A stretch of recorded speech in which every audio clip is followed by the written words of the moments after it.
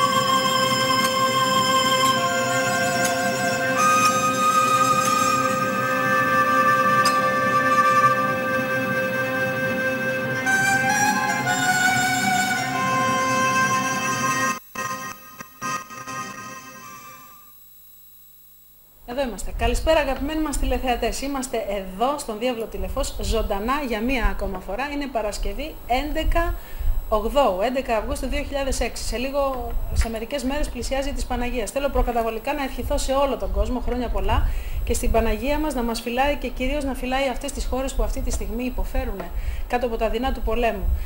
Αρχίζω έτσι γιατί πιστεύω ότι αυτή είναι η μόνιμη σκέψη μας και η μόνιμη προσοχή μας προς τα εκεί, να προσευχόμαστε αυτοί οι άνθρωποι όσο το δυνατόν να απελευθερωθούν από αυτά τα δεινά καλοκαιριάτικα. Όλες οι εφημερίδες έχουν γεμίσει από φωτογραφίες γονέων που κρατάνε τα μωρά στην αγκαλιά τους και διάφορα τέτοια. Λοιπόν, δεν θέλω να βαρύνω άλλο το πνεύμα της σημερινής εκπομπής. Θέλω αμέσως να σας παρουσιάσω το σημερινό καλεσμένο, ο οποίος είναι ο γνωστός και αγαπητός μας, ο Τάσος ο Αλεξόπουλος, ο γιατρός εδώ του καναλιού μας. Καλησπέρα και καλώς ήρθες. Χαίρομαι ιδιαίτερα όταν είμαστε μαζί, γιατί ο κόσμος αγαπάει πάρα πολύ και πραγματικά... Και εγώ ευχαριστώ για την πρόσκληση. Ναι, πραγματικά μου λέει όταν είσαστε μαζί είναι διπλή απόλαυση, γιατί όταν το βλέπουμε λέει και την Κυριακή, αλλά όταν το βλέπουμε και στη δική σου εκπομπή χαιρόμαστε ακόμα περισσότερο και αυτή είναι η συνεργασία μας εδώ, ότι είμαστε όλοι αγαπημένοι και έχω φροντίσει, είναι καλό να καλούμε και συνεργάτες μέσα από τον ίδιο χώρο. Δεν έχει ο καθένας, έχει βέβαια την εκπομπή του, έχει άλλο θέμα, δεν έχει καμία σημασία. Σημασία έχει ότι η συνεργασία είναι δύναμη. Και πάντα οι δύο κάνουν πολύ καλύτερη δουλειά από ό,τι κάνει ο ένας. Λοιπόν, καλώς ήρθες για μια ακόμα φορά. Έχουμε σήμερα να συζητήσουμε ένα πάρα πολύ δυνατό θέμα, το οποίο το συζητήσαμε λίγο πριν από την εκπομπή και θέλουμε και τη δική σας συμμετοχή, φίλοι μας.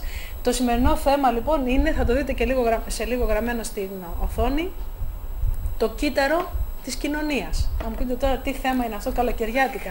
Κι όμως θα δείτε ότι σε λίγο δεν είναι καθόλου παράξενο σαν θέμα και θα δείτε ακόμα ότι και η δική σας συμμετοχή θα είναι πολύ σημαντική, διότι ανοίγουμε ένα καινούριο κεφάλαιο στο χώρο των εκπομπών, συζητώντας αυτό το κύτταρο της κοινωνίας που τόσο μας απασχολεί και που είναι τόσο σημαντικό, γιατί ένα κύτταρο της κοινωνίας είμαστε όλοι μας, όπως ένα κύτταρο στον οργανισμό μας μπορεί να φέρει μια ολόκληρη αναστάτωση. Αυτό θα το συζητήσουμε σε λίγο με την ησυχία μας εδώ με τον Τάσο τον Αλεξόπουλο, τον γιατρό της σημερινής εκπομπής. Θέλω να σας πω ότι στις 7 η ώρα για μία ακόμα φορά θα έχουμε τη χαρά να έχουμε τηλεφωνική επικοινωνία με τον υγιεινιστή γιατρό μας, τον αγαπητό κύριο Παναγιώτη Κουμεντάκη. Θα του θέσουμε κάποια ερωτήματα και αν θέλετε κι εσείς κρατήστε κάποια ερωτήματα να τα κάνουμε σε κάποια επόμενη εκπομπή. Επίσης, θέλω να σας πω ότι το σημερινό quiz της εκπομπής, στο οποίο θα δώσω 2 βιβλία, τα οποία κατάφερα και βρήκα από τη Σοφία όλων των εποχών, που ξέρω ότι πολλοί από εσάς φίλοι μου θέλετε από αυτό το βιβλίο, γιατί πραγματικά είναι πολύ σημαντικό και το δύσκολο είναι ότι δεν υπάρχει αυτό το βιβλίο στο εμπόριο. Λοιπόν, να πω πρώτα την λέξη του quiz, που είναι τι σημαίνει τουλουμπατζής. Μην γελάσετε. Τουλουμπατζής. Έχετε χρόνο, ανοίξτε τα λεξικά και μετά τις 7 που θα ανοίξουμε τις γραμμές μας, ο πρώτος που θα πάρει τηλέφωνο έχει δικό του, και θα απαντήσει βέβαια στο quiz, έχει δικό του αυτό το βιβλίο που λέγεται «Η Σοφία όλων των εποχών» και είναι, για όσους τυχόν δεν το ξέρουν, με αλφαβητική σειρά παροιμίες Ελλήνων και ξένων συγγραφέων. Παροιμίες, έτσι, Ελλήνων και ξένων με αλφαβητική σειρά. Θα δώσω 2 βιβλία τέτοια σήμερα, στον πρώτο που θα απαντήσει το quiz και στο δεύτερο που θα πάρει αμέσως τηλέφωνο μετά. Λοιπόν, Τώρα, έχουμε αργότερα εδώ με τον Τάσο να πούμε και ένα quiz. Και αν τυχόν κάποιος από όλους εσάς απαντήσει σε αυτό το quiz, το οποίο είναι σπαζοκεφαλιά, έτσι, θα έχει ακόμα ένα βιβλίο τέτοιο δώρο. Αλλά αυτό είπαμε να το πούμε τώρα, να ανοίξουμε έτσι κάπως ευχάριστα. Λοιπόν, πάρτε χαρτί και μολύβι. Πάρτε χαρτί και μολύβι, θα σας πούμε αυτή τη στιγμή μία σπαζοκεφαλιά που πραγματικά είναι ιδιαίτερα περίεργη και ιδιαίτερα έξυπνη, όσο ταυτόχρονα είναι και απλή. Λοιπόν, για ξεκινά. Να το πω εγώ. Ναι, ναι. Ωραία. Είναι 3 φίλοι που πάνε να πιούν μια πορτοκαλάδα σε ένα καφενείο. Κάθονται λοιπόν και φωνάζουν τον γκαρσόν. Έρχεται ο υπάλληλος εκεί πέρα, τους λέει τι θα πιείτε, θέλουμε μια πορτοκαλάδα. Εντάξει, τις παίρνει, τις πίνουνε, 3 πορτοκαλάδες, μία ο καθένας. Έρχεται η ώρα να πληρώσουν. Λέει ο ένας από την παρέα πόσο κάνει κάθε πορτοκαλάδα, λέει κάνει 10 δραχμές, λέει τον γκαρσόν. Ωραία, του λέει, πάρε 10 δραχμές από μένα, 10 δραχμές από τον άλλο φίλο μου και 10 δραχμές από τον άλλο. Σύνολο 30 δραχμές. Σύνολο 30 δραχμές. Ναι. Τις παίρνει λοιπόν αυτές τον γκαρσόν και πάει μέσα στον καταστηματάρχη. Ναι. Ο καταστηματάρχης τον ρωτάει, αυτά τα παιδιά που ήρθαν έχουν ξανάρθει? Όχι, λέει, πρώτη φορά ήρθανε. Λέει, για να τους κάνουμε καλή εντύπωση, λέει, μην τους πάρεις τόσα λεφτά. Δώσ' τους πίσω τις 5 δραχμές. Να τους κάνουμε μια καλύτερη τιμή. Να τους κάνουμε μια καλύτερη τιμή. Λέει, δώσ' τα υπόλοιπα και δώσ' τους πίσω τα 5 δραχμές. Ναι.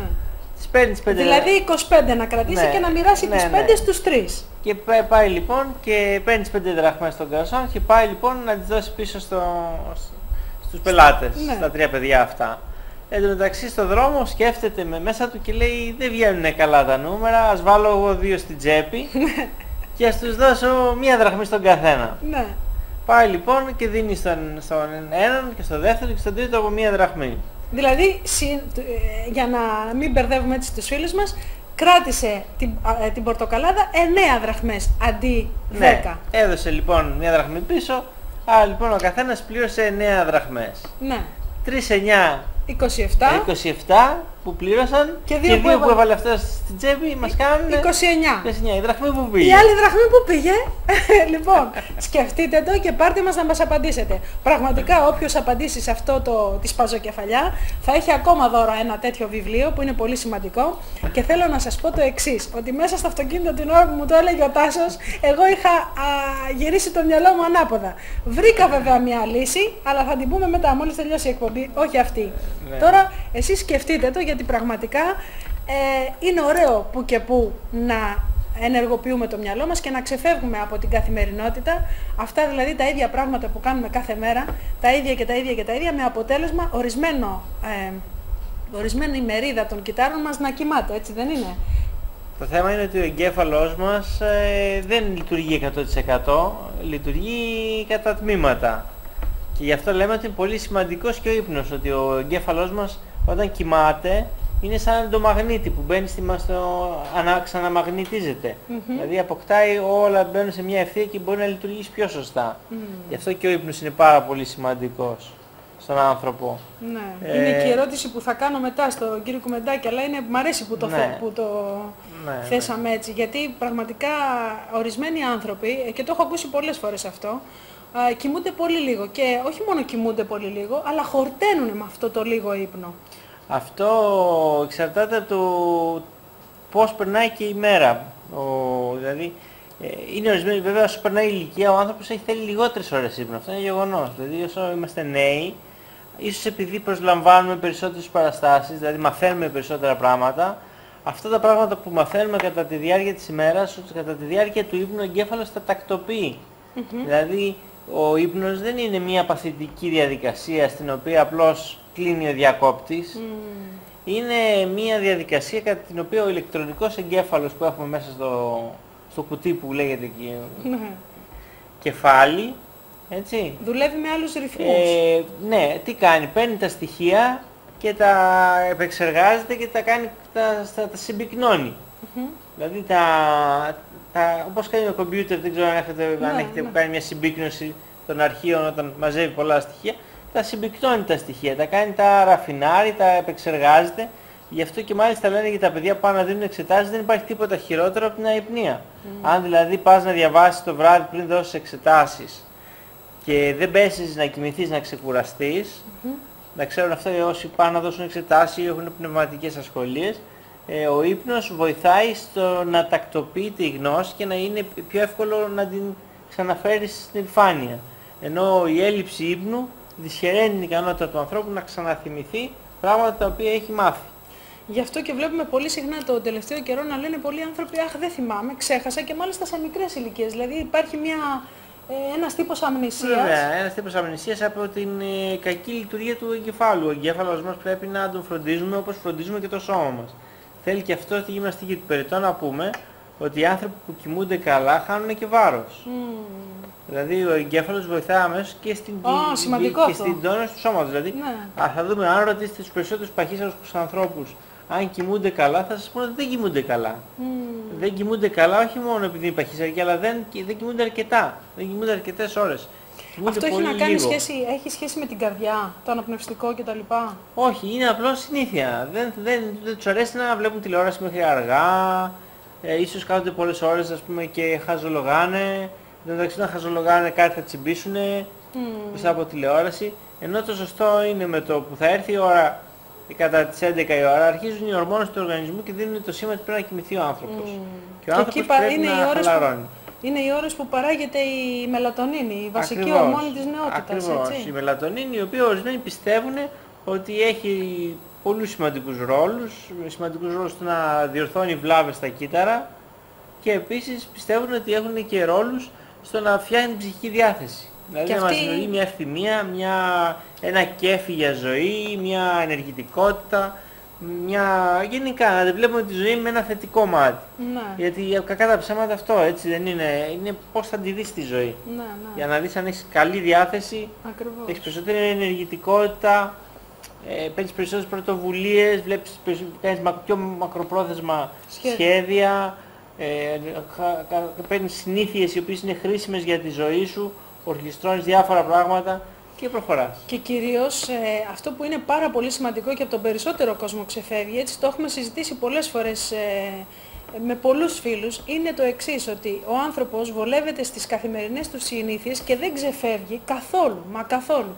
Ακόμα και από το δρόμο που γυρίζει να πάει στο σπίτι του, είτε με το αυτοκίνητο, είτε με το λεωφορείο, είτε με τα πόδια, δεν αλλάζει διαδρομή. Δηλαδή έχει την εντύπωση ότι αν αλλάξει διαδρομή κάτι θα χαλάσει. Αυτό είναι πάρα πολύ κακό, διότι η συνήθεια, έτσι, η συνήθεια είναι βασικά μια τεμπελιά, είναι μια νοθρότητα του πνεύματος. Πρέπει ο άνθρωπος να πάσα στιγμή να επανεξετάζει πού βρίσκεται, τι κάνει, γιατί το κάνει και αν θα μπορούσε να κάνει κάτι καλύτερο.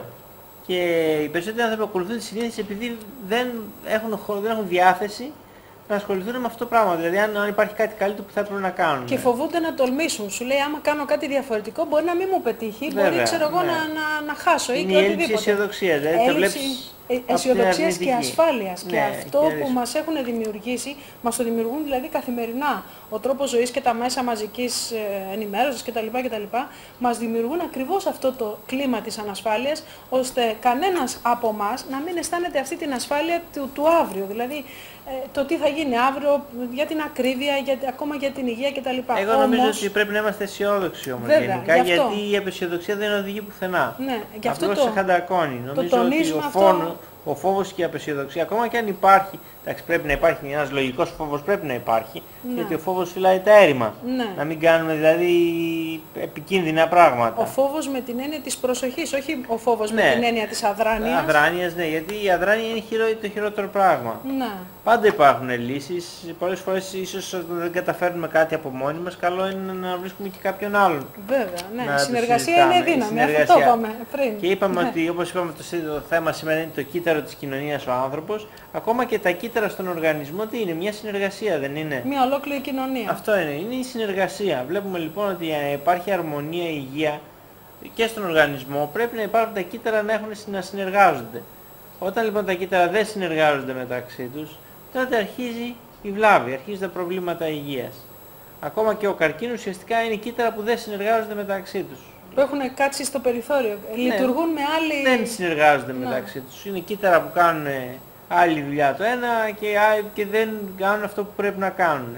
Η ανισορροπία δηλαδή αυτή φέρνει την ασθένεια. Ακριβώς. Είναι τα λεγόμενα εγωιστικά κύτταρα. Όταν λοιπόν βλέπουμε ότι μια κοινωνία αρχίζει και γεμίζει εγωιστικά κύτταρα, αυτά είναι καρκινικά κύτταρα. Είναι κύτταρα τα οποία λειτουργούν μόνο για τον εαυτό τους και είναι δείγμα πλέον ότι η κοινωνία είναι φθαρμένη. Όταν μια υγιής κοινωνία πρέπει να μην έχει εγωιστικά κύτταρα. Τα εγωιστικά κύτταρα είναι δείγμα εκφυλισμού. Και είναι ο προάγγελος της κατάρρευσης. Να. Έτσι λοιπόν ο εγωισμός δεν είναι καλό πράγμα, γιατί ο εγωισμός δεν βοηθάει τη συνεργασία, η οποία είναι απαραίτητη για να λειτουργήσει ένα σύστημα. Και πολλές φορές ο εγωισμός δεν είναι αντίληπτος από το ίδιο το άτομο. Δηλαδή οι περισσότεροι νομίζουμε ότι αυτό που κάνουμε το κάνουμε καλά και ότι έχουμε πάντα δίκιο. Αυτή λοιπόν είναι η στιγμή που χρειαζόμαστε την παρέμβαση αγαπημένων μας προσώπων και φίλων για να μας εντοπίσουν αυτό το κακό. Γιατί είναι πάρα πολύ σπάνιο και πάρα πολύ δύσκολο ο καθένας να παραδεχτεί ότι έχει άδικο. Ναι. Το θέμα είναι να μάθουμε να ακούμε. Όλοι μας μιλάμε, αλλά καμιά φορά πρέπει να μάθουμε και να ακούμε. Ακόμα και ένας άνθρωπος ο οποίος δεν έχει τόσες γνώσεις ή τόσες εμπειρίες όσο είχαμε εμείς ή όσο είχε οι προγονείς μας κλπ. Και αυτοί πρέπει να εκτιμάμε κάθε άποψη. Λέει παλιά έλεγε η αρχή μηδενή δίκη δικάσεις πριν αφή, πώς το λέει, πριν να ακούσεις και τις δύο απόψεις. Δηλαδή δεν μπορείς να παίρνεις κάποια απόφαση βεβαιασμένα και να είναι σωστή. Για να πάρεις μια απόφαση πρέπει να μπορείς να ακούσεις διάφορες απόψεις. Αυτό ισχύει και στη μέθοδο της θεραπείας, γιατί βλέπουμε πολλές φορές, είναι πολύ συνηθισμένο φαινόμενο και εσύ θα το έχεις συναντήσει σαν γιατρός πολλές φορές, ότι ας πούμε παρατηρείται ένα περιστατικό κακής υγείας σε μια γυναίκα.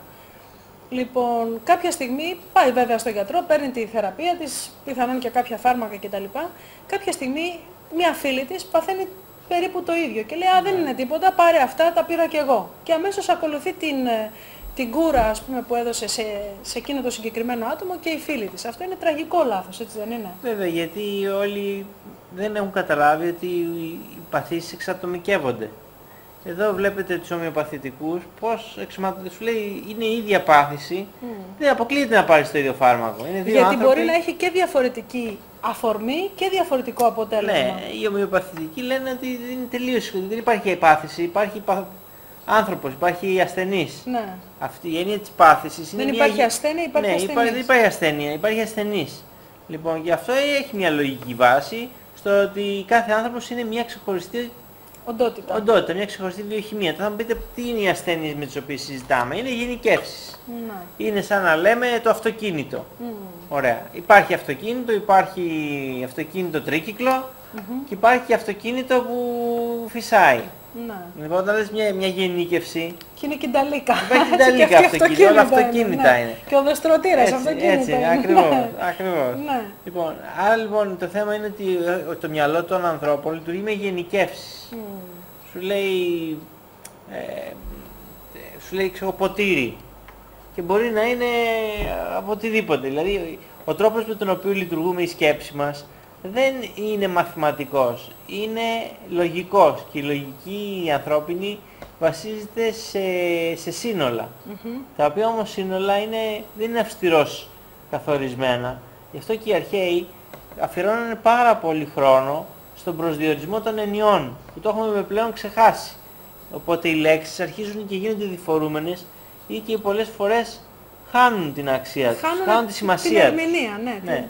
Νερώνονται, ξεχυλώνονται και ουσιαστικά μπορεί να σημαίνουν και το αντίθετο από αυτό που ξεκίνησαν να σημαίνουν. Αυτός είναι ένας τρόπος πολύ συνηθισμένος στη σημερινή εποχή, γι' αυτό και βλέπουμε ότι κυρίως τα νέα παιδιά, ξέρω εγώ 15, 16, 17, έχουν ένα λεξιλόγιο πάρα πολύ περιορισμένο, με πολύ λίγες λέξεις, εννοούν πολλά. Αυτό σημαίνει ότι δεν είναι μόνο ότι κοιμάται ένα μεγάλο μέρος του μυαλού, αλλά το κοιμίζουν ακόμα περισσότερο αφαιρώντας τις έννοιες και το περιεχόμενο, οι έννοιες αλλάζουν. Είναι αυτό που είπε ο Orwell. Ότι κάποτε λέει θα σας λένε πράγματα και δεν θα εννοούν αυτό που καταλαβαίνετε. Θα λένε ειρήνη και θα εννοούν πόλεμο. Θα λένε υγεία και θα λένε αρρώστια. Θα λένε άμυνα και θα λένε επίθεση. Ναι, έχουμε φτάσει σε αυτό το σημείο και αυτό το quiz που βάλαμε λίγο πριν έχει ακριβώς αυτή την λογική. Ότι εάν πραγματικά πάμε από μπροστά προς τα, μάλλον από εδώ εκεί, δεν το βρίσκουμε. Άμα πάμε από εκεί εδώ, το βρίσκουμε. Τη βρίσκουμε αυτή την ερμηνεία. Αυτό δείχνει λοιπόν αυτό ότι υπάρχουν πλαίσια σκέψεως. Ότι υπάρχει, ναι. Ότι όπως αυτή τη στιγμή βρισκόμαστε πίσω από κάτι ωραίες μαργαρίτες, θα μπορούσε λοιπόν να κάνει κανείς την εξής σκέψη. Ή αυτοί οι άνθρωποι είναι εξαιρετικά μικροσκοπικοί και κάθονται δίπλα στις μαργαρίτες. Όπως έκανε... Λιλιπούτη στρουμφάκια, ναι. Ή αυτές είναι κάτι τεράστιες μαργαρίτες που κάθονται πίσω από φυσιολογικούς ανθρώπους. Ναι. Τώρα... Και τελείως συμπτωματικά διάβαζα χτες στην εφημερίδα ότι υπάρχουν άνθη Ναι. τα οποία τρέφονται, ανθίζουν με πτώματα και όταν τα πλησιάσεις αντί να μυρίζουν όμορφα, μυρίζουν απέσια. Α, δεν το ήξερα. Ναι, στο χθεσινό βήμα το είχε, το έχω φέρει μαζί αλλά το έχω μέσα στην τσάντα. Ίσως αργότερα να το βγάλω να δείξουμε. Τρέφονται, λέει καταπληκτικά για νεκροταφεία αυτά. Ναι, ακριβώς. Λέγονται τα λουλούδια που τρέφονται με πτώματα. Με ρίζες, οι ρίζες τους. Όχι, με πτώματα. Με πτώματα πεθαμένων εντόμων κτλ. Και μάλιστα... Σαρκοφάγα, φυτά. Ναι. Και μάλιστα αυτά τα φυτά αναδύουν μια μυρωδιά απέσια, πάρα πολύ άσχημη μυρωδιά. Και ακριβώς αυτή είναι η έλξη που κάνουν τις μύγες. Ναι, η έλξη, ούτως ώστε να πάνε κοντά εκεί και να τα φάνε. Ευτυχώς λέει το άρθρο αυτό, επιστημονικό άρθρο, ότι αυτά ανθίζουν πάρα πολύ σπάνια. Ευτυχώς. Άρα η φύση είναι σοφή. Είναι τροπικά φυτά που όντως βγάζουν, φαίνεται μια μυρωδιά σαν ναι, πτώμα είναι και έρχονται οι μύγες αυτές που έρχονται, που αναγνωρίζουν, πρέπει να έχουν φοβερά καλή όσφρηση. Ναι. Άρα βλέπουμε λοιπόν ότι η φύση έχει δώσει στους ανθρώπους και στα ζώα ικανότητα επικοινωνίας μεταξύ μας. Δηλαδή έχουμε λοιπόν, κάθε σύστημα έχει 10 υποσυστήματα κατά μια θεωρία. Υπάρχει λοιπόν η θεωρία των συστημάτων. Ναι. Η θεωρία των συστημάτων λέει ότι κάθε ζωντανή οντότητα, κάθε σύνολο ζωντανό πρέπει να έχει 10 υποσυστήματα, όπως είναι τα όργανα του ανθρώπου. Υπάρχει το εριστικό σύστημα, δηλαδή το σύστημα εσωτερικής στήριξης. Στις πόλεις, σε μια πόλη αυτά μπορούσαμε να φανταστούμε ότι είναι οι πολυκατοικίες. Υπάρχει το κυκλοφοριακό σύστημα, όπως είναι η ταγγεία στον άνθρωπο και οι δρόμοι στις πόλεις. Υπάρχει το σύστημα το αμυντικό. Το νοσοποιητικό, όπως είναι οι πυροσβεστικές υπηρεσίες. Άμα συμβεί μια πυρκαγιά ή κάτι, η αστυνομία. Έτσι λοιπόν έχουμε και εμείς μέσα μια αστυνομία, μια πυροσβεστική μέσα στο σώμα μας. Αυτό που είναι εντυπωσιακό είναι το νούμερο 10. Το ναι, νούμερο 10, νούμερο τα 10 10 υποσυστήματα. Ναι, τα 10 υποσυστήματα, τα οποία και οι Πυθαγόροι τα είχαν σε μεγάλη εκτίμηση. Αυτή η τετρακτής που κάνανε το σύμβολό τους είχε μέσα τον αριθμό 10. Ήταν ουσιαστικά τα 10 τελίτσες οι οποίες ήταν βαλμένες σε τέτοια θέση, οπότε σχημαζόντουσαν για ένα τρίγωνο. Λοιπόν, άρα βλέπουμε ότι ίσως αυτό να ήταν. Δηλαδή η ζωή φαίνεται πρέπει να έχει αυτό το 10 μέσα. Είναι ένας αριθμός μυστηριώδης. Που αν βγάλεις το μηδενικό γίνεται 1, είναι το παν. Έχει τον πυθμενικό αριθμό και τον... Πού είναι ο Αρχιερόπουλος ο φίλος μας να μας τα πει αυτά, τώρα καιρό έχουμε να τον καλέσουμε. Τώρα, μετά το Σεπτέμβριο πολύ σοφά πράγματα με η ελληνική γλώσσα είναι κλειδί για την κατανόηση πολλών πραγμάτων. Ναι, και ευτυχώς ασχολούνται και άλλοι πολύ με αυτή τη σημασία της ελληνικής γλώσσας που είναι τόσο απαραίτητη και τόσο μοναδική. Δηλαδή η ελληνική γλώσσα, πιστεύω ότι τα χαρίσματα της ελληνικής γλώσσας άλλη γλώσσα δεν τα διαθέτει. Είναι μια γλώσσα η οποία έχει πολύ μεγάλη ιστορία. Έχει πολύ γερό κύτταρο αυτή η γλώσσα. Έχει πολύ γερό κύτταρο. Πολύ γερό κύτταρο και το καλό θα ήταν ότι μια γλώσσα βοηθάει και στη σωστή επικοινωνία. Δηλαδή, άμα έχεις μια σωστή γλώσσα και μια σωστή επικοινωνία, τότε βλέπεις ότι και ο πολιτισμός βελτιώνεται. Ενώ όταν φθήρεται η γλώσσα, φθήρεται και ο πολιτισμός.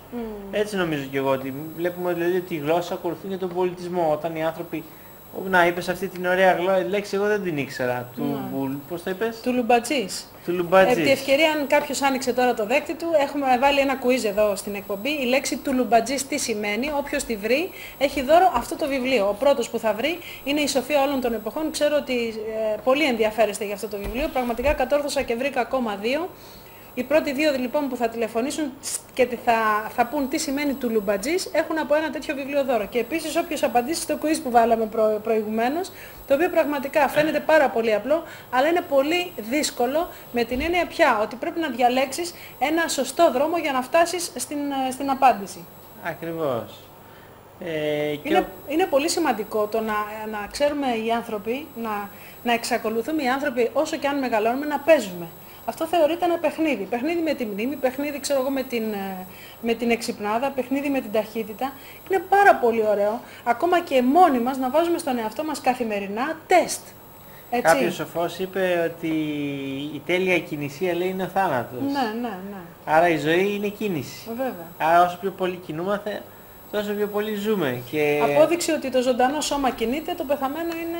Και όχι μόνο αυτό, αλλά και ένα χαρακτηριστικό αυτών που μελετούν την εξέλιξη της γύρανσης, φαίνεται ότι όσο ότι βλέπεις, ας πούμε, μια απικία από ζωήφια, σκουλικάκια ξέρω εγώ. Πώς ξεχωρίζεις το γέρικο από το νεαρό? Το νεαρό έχει ζωτικότητα, κινείται, έχει δύναμη, έχει κινητικότητα. Ναι, πράγματι. Και πραγματικά στα έντομα αυτό είναι το χαρακτηριστικό. Γιατί δεν έχουν ερητίδες. Τώρα βέβαια εντάξει, πρέπει να τα βάλουμε σε μικροσκόπιο για να δούμε, ας πούμε, τα... Ναι, βλέπεις, ας πούμε, ότι με το που περνάει η ηλικία αρχίζουν και σιγά σιγά δεν μπορούν να πάρουν τα πόδια τους. Και ο άνθρωπος κάπως έτσι γίνεται. Δηλαδή δεν έχει καν τη ζωτικότητα. Αυτό που λέμε η ζωτικότητα, το σφρίγος, η ενεργητικότητα, όλα αυτά είναι δείγματα ότι λειτουργεί καλά ο οργανισμός. Πέρα από το πνευματικό, που είναι και η πνευματική κίνηση, δεν είναι μόνο η σωματική, αλλά πάντα και η πνευματική κίνηση. Και τα δύο μαζί. Την ικανότητα να μιλάει κάποιος, να ορθολογίζεται, να κάνει τους λογισμούς του, να έχει μια κοινωνικότητα. Κοινωνικότητα απαραίτητη, γιατί οι περισσότεροι βλέπουμε ότι οι περισσότεροι άνθρωποι του πνεύματος απομονώνονται, έχουν την τάση να απομονώνονται και επίσης να μιλάνε λιγότερο. Δηλαδή λέμε αυτός είναι σοφός, μιλάει λιγότερο. Ναι, αλλά πώς είναι δυνατόν από τη στιγμή που ζούμε σε ένα κοινωνικό σύνολο και από τη στιγμή που υπάρχει η έννοια της κοινωνίας, ο άνθρωπος να απομονώνεται?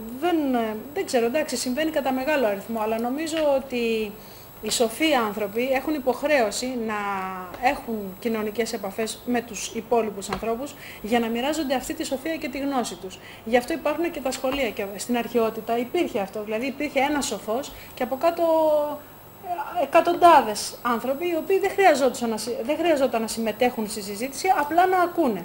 Και μετά να επεξεργάζονται αυτά που ακούγανε και στη συνέχεια να δημιουργούν και δικές τους έτσι παρατηρήσεις και ούτως ώστε την επόμενη φορά να έχουν κατά κάποιο τρόπο να μπορούν να ανοίξουν ένα διάλογο. Αυτό λείπει από τη σημερινή κοινωνία. Και αυτό που έλεγες πριν, ας πούμε, ότι τα συστήματα που αποτελούνται από 10, νομίζω ότι έχει εκλείψει πάρα πολύ. Ναι. Να πάρουμε ένα παράδειγμα μέσα από την οικογένεια. Ακριβώς. Ποια οικογένεια σήμερα, εκτός ελαχίστων εξαιρέσεων, λειτουργεί... σωστή βιολογική κίνηση. Ναι, λειτουργεί κανονικά, δηλαδή έχει ένα υγιές σύστημα λειτουργικό. Ναι, πραγματικά οι οικογένειες έχουν αρχίσει πλέον και τις λειτουργούν. Γιατί δεν υπάρχει αυτός ο καταμερισμός που πρέπει να υπάρχει. Γιατί ουσιαστικά αυτό το 10 τι εκφράζει? Εκφράζει πρώτα απ' όλα την αρχή του καταμερισμού. Ότι ναι κύριε, δεν μπορείς, ας πούμε, σαν μονάδα να τα κάνεις όλα. Έχεις ανάγκη από συνεργάτες, οι οποίοι θα κάνουν 9 διαφορετικά πράγματα από ό,τι κάνεις εσύ. Ναι. Και διαφορετικά. Πρέπει να είναι διαφορετικά, γιατί άμα είμαστε, ας πούμε, σε ένα αυτοκίνητο και ο ένας κοιτάζει δεξιά και ο άλλος δεν κοιτάζει δεξιά, τότε θα μας έρθει την αριστερή, δεν είναι? Πρέπει ο άλλος να κοιτάζει, ο ένας να εξετάζει την δεξιά πλευρά του δρόμου και ο άλλος την αριστερή. Άλλωστε η κατασκευή μας η ίδια μαρτυράει αυτό, ότι έχουμε δύο μάτια, δηλαδή αλλιώς θα είχαμε μόνο ένα, κοιτούσαμε μπροστά. Βέβαια, θα είχαμε ένα ρουθούνι, ένα απ' όλα, ένα χέρι, ένα πόδι, θα ήμασταν πολύ ενδιαφέροντα όντα. Ναι. Αλλά το γεγονός ότι συσσαγωγικά ενδιαφέροντα βέβαια.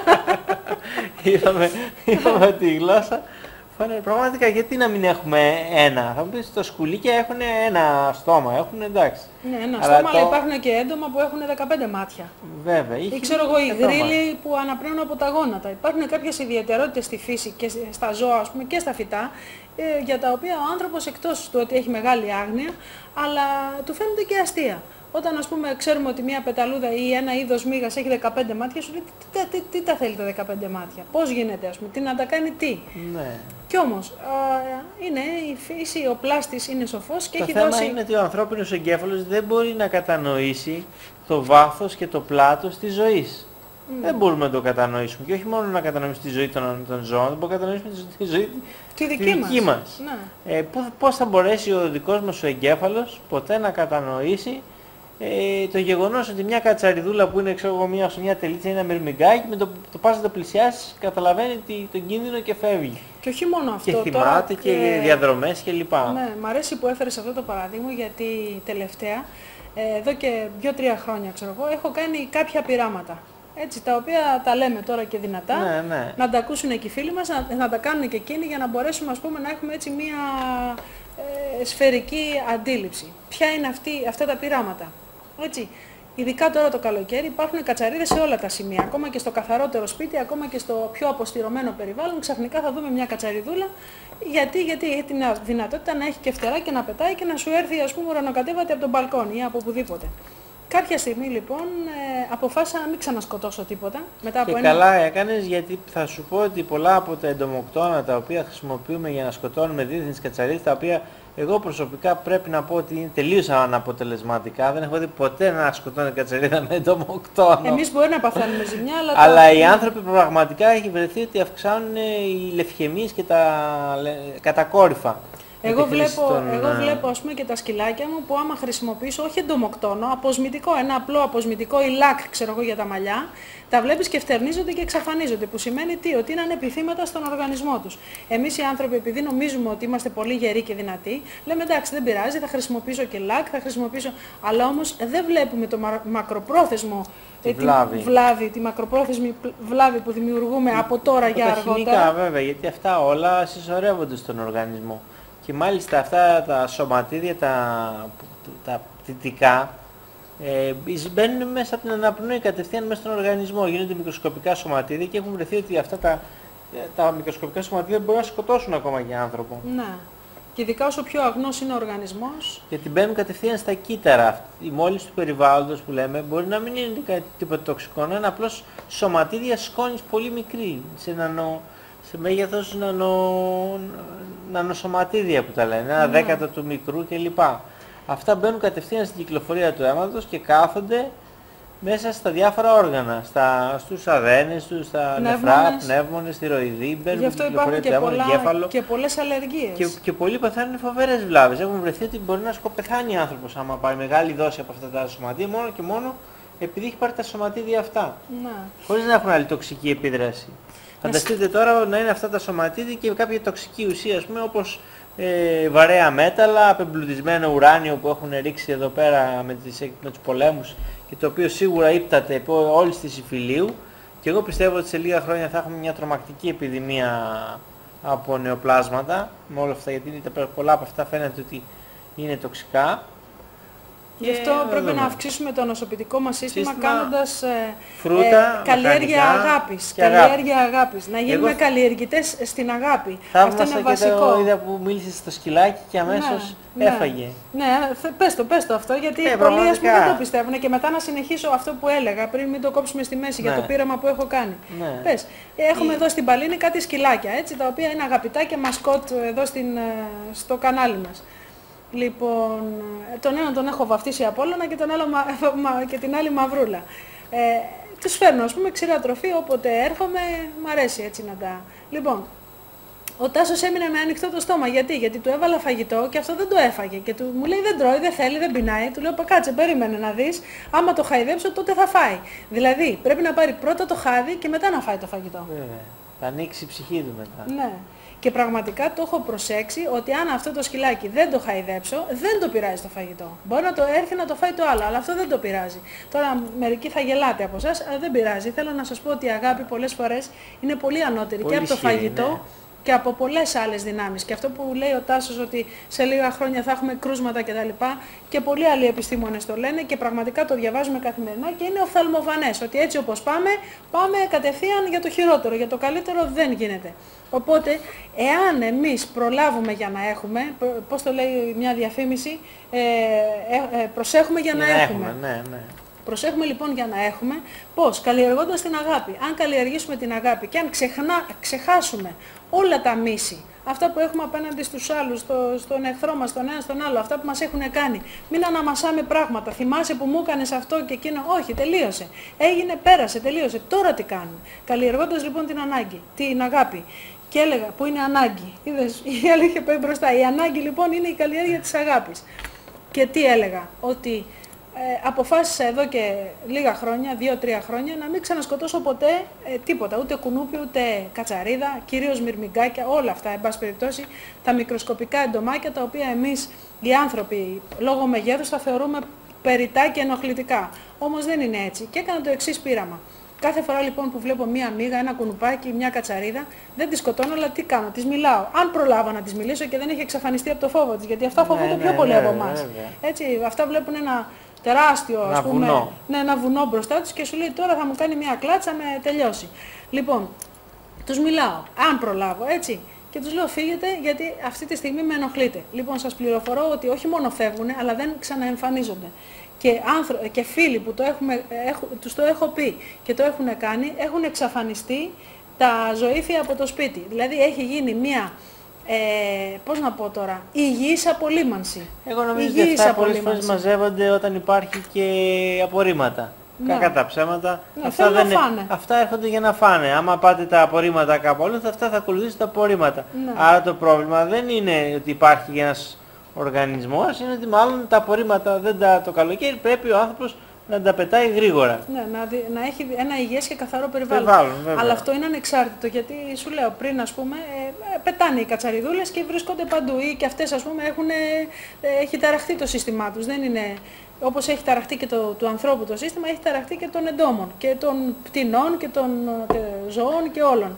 Οπότε όταν, ας πούμε, αντιληφθούμε αυτό το μεγαλείο της ζωής, και ότι δεν έχουμε δικαίωμα να σκοτώσουμε ούτε καν ένα κουνουπάκι, γιατί ακριβώς δεν μπορούμε να το ξαναδημιουργήσουμε και δεν είμαστε εμείς αυτοί που το δημιουργήσαμε.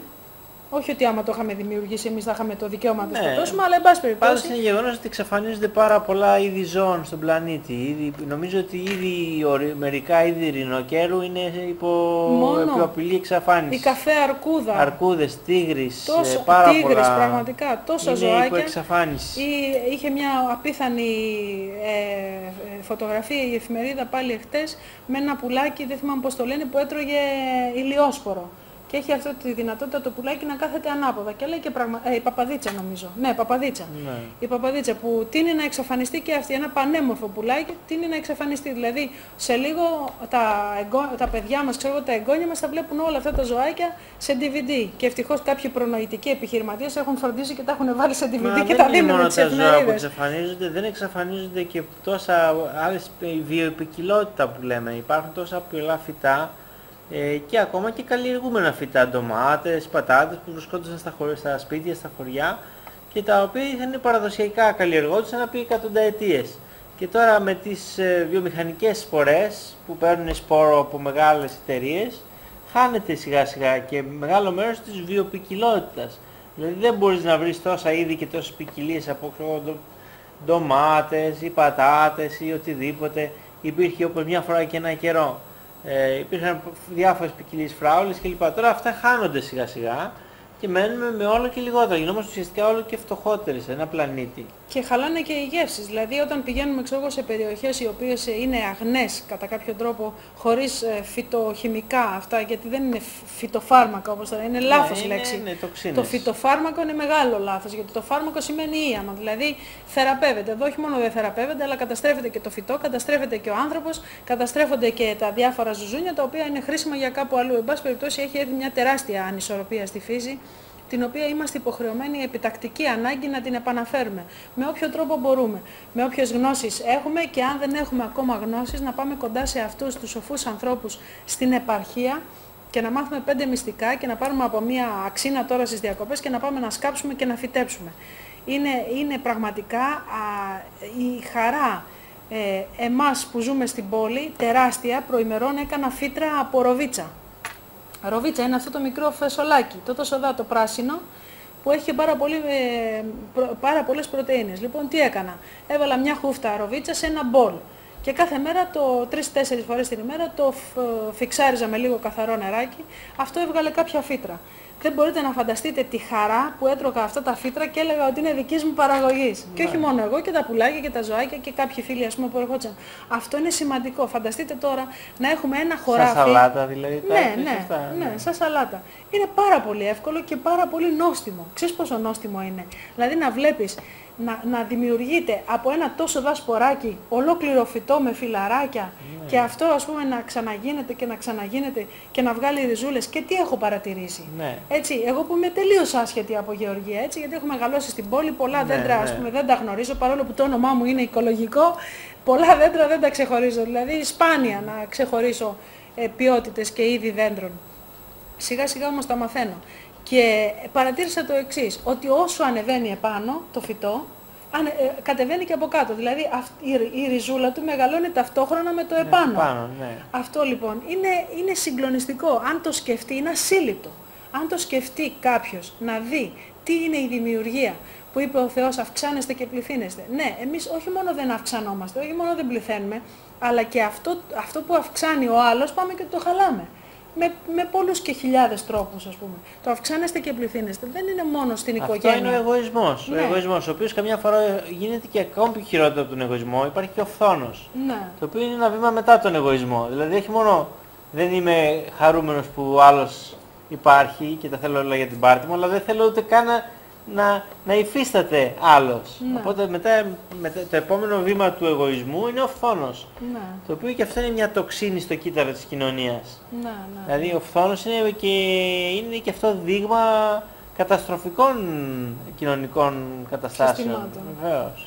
Πάντως είναι καταπληκτικό το να παίρνουμε ένα προϊόν, να το αυξάνουμε και μετά να παίρνουμε το μέρος που μας ανήκει.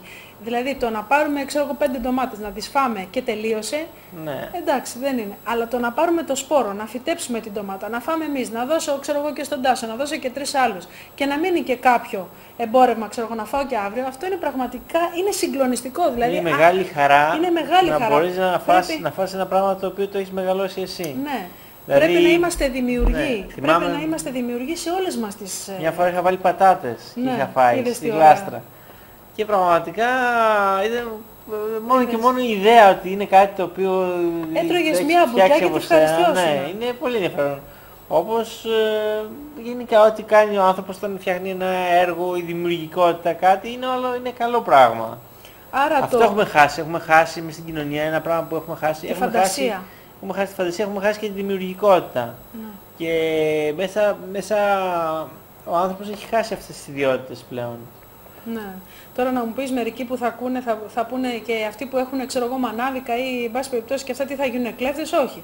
Εντάξει, δεν λέμε να κάνουμε τόση μεγάλη παραγωγή ούτως ώστε να μην έχουμε ανάγκη να αγοράζουμε τίποτα. Μακάρι να έρθει η στιγμή βέβαια να το κάνουμε αυτό. Και εγώ θα προσευχώ. Μα δεν είναι να κάνουμε όλοι τα πάντα. Πρέπει να κάνουμε ο καθένας εκεί που είναι καλύτερο. Δηλαδή κάθε ένας μας έχει ένα ταλέντο. Δεν είμαστε όλοι άνθρωποι το ίδιο. Σε όλους τους τομείς, βέβαια. Αλλά ο καθένας έχει μια διαφοροποίηση. Οπότε πρέπει ο καθένας να βρει σε τι είναι καλός. Ναι. Εσύ δηλαδή είσαι εικαστικός. Έχεις ένα ταλέντο πάνω στα εικαστικά. Το αναπτύσσεις, το καλλιεργείς. Ο άλλος είναι καλός στο τραγούδι. Ναι. Θα γίνει τραγουδιστής, έτσι. Έτσι μπορεί και γίνει μια διαφοροποίηση. Δεν μπορούμε να τα κάνουμε όλα όλοι, αλλά πρέπει όμως να έχουμε μια δημιουργικότητα. Πρέπει να έχουμε μια συμμετοχή. Ακόμα και όταν κάτι δεν το κάνουμε καλά, πρέπει να ξαναπροσπαθούμε. Δηλαδή, πιστεύω ότι ο άνθρωπος έχει τεράστιες δυνατότητες. Πραγματικά το πιστεύω αυτό. Και το έχω πειραματιστεί πολλές φορές με τον εαυτό μου. Δηλαδή, έχω βγάλει από το λεξιλόγιό μου, και όχι εγωιστικά, αυτό το πιστεύω. Έχω βγάλει από το λεξιλόγιό μου τη λέξη δεν μπορώ. Δεν λέω ποτέ δεν μπορώ. Δηλαδή οτιδήποτε και να μου τύχει, ό,τι και να μου πει ο άλλος, δεν θα του πω ποτέ δεν μπορώ. Θα του πω ναι, θα προσπαθήσω. Ή θα δούμε.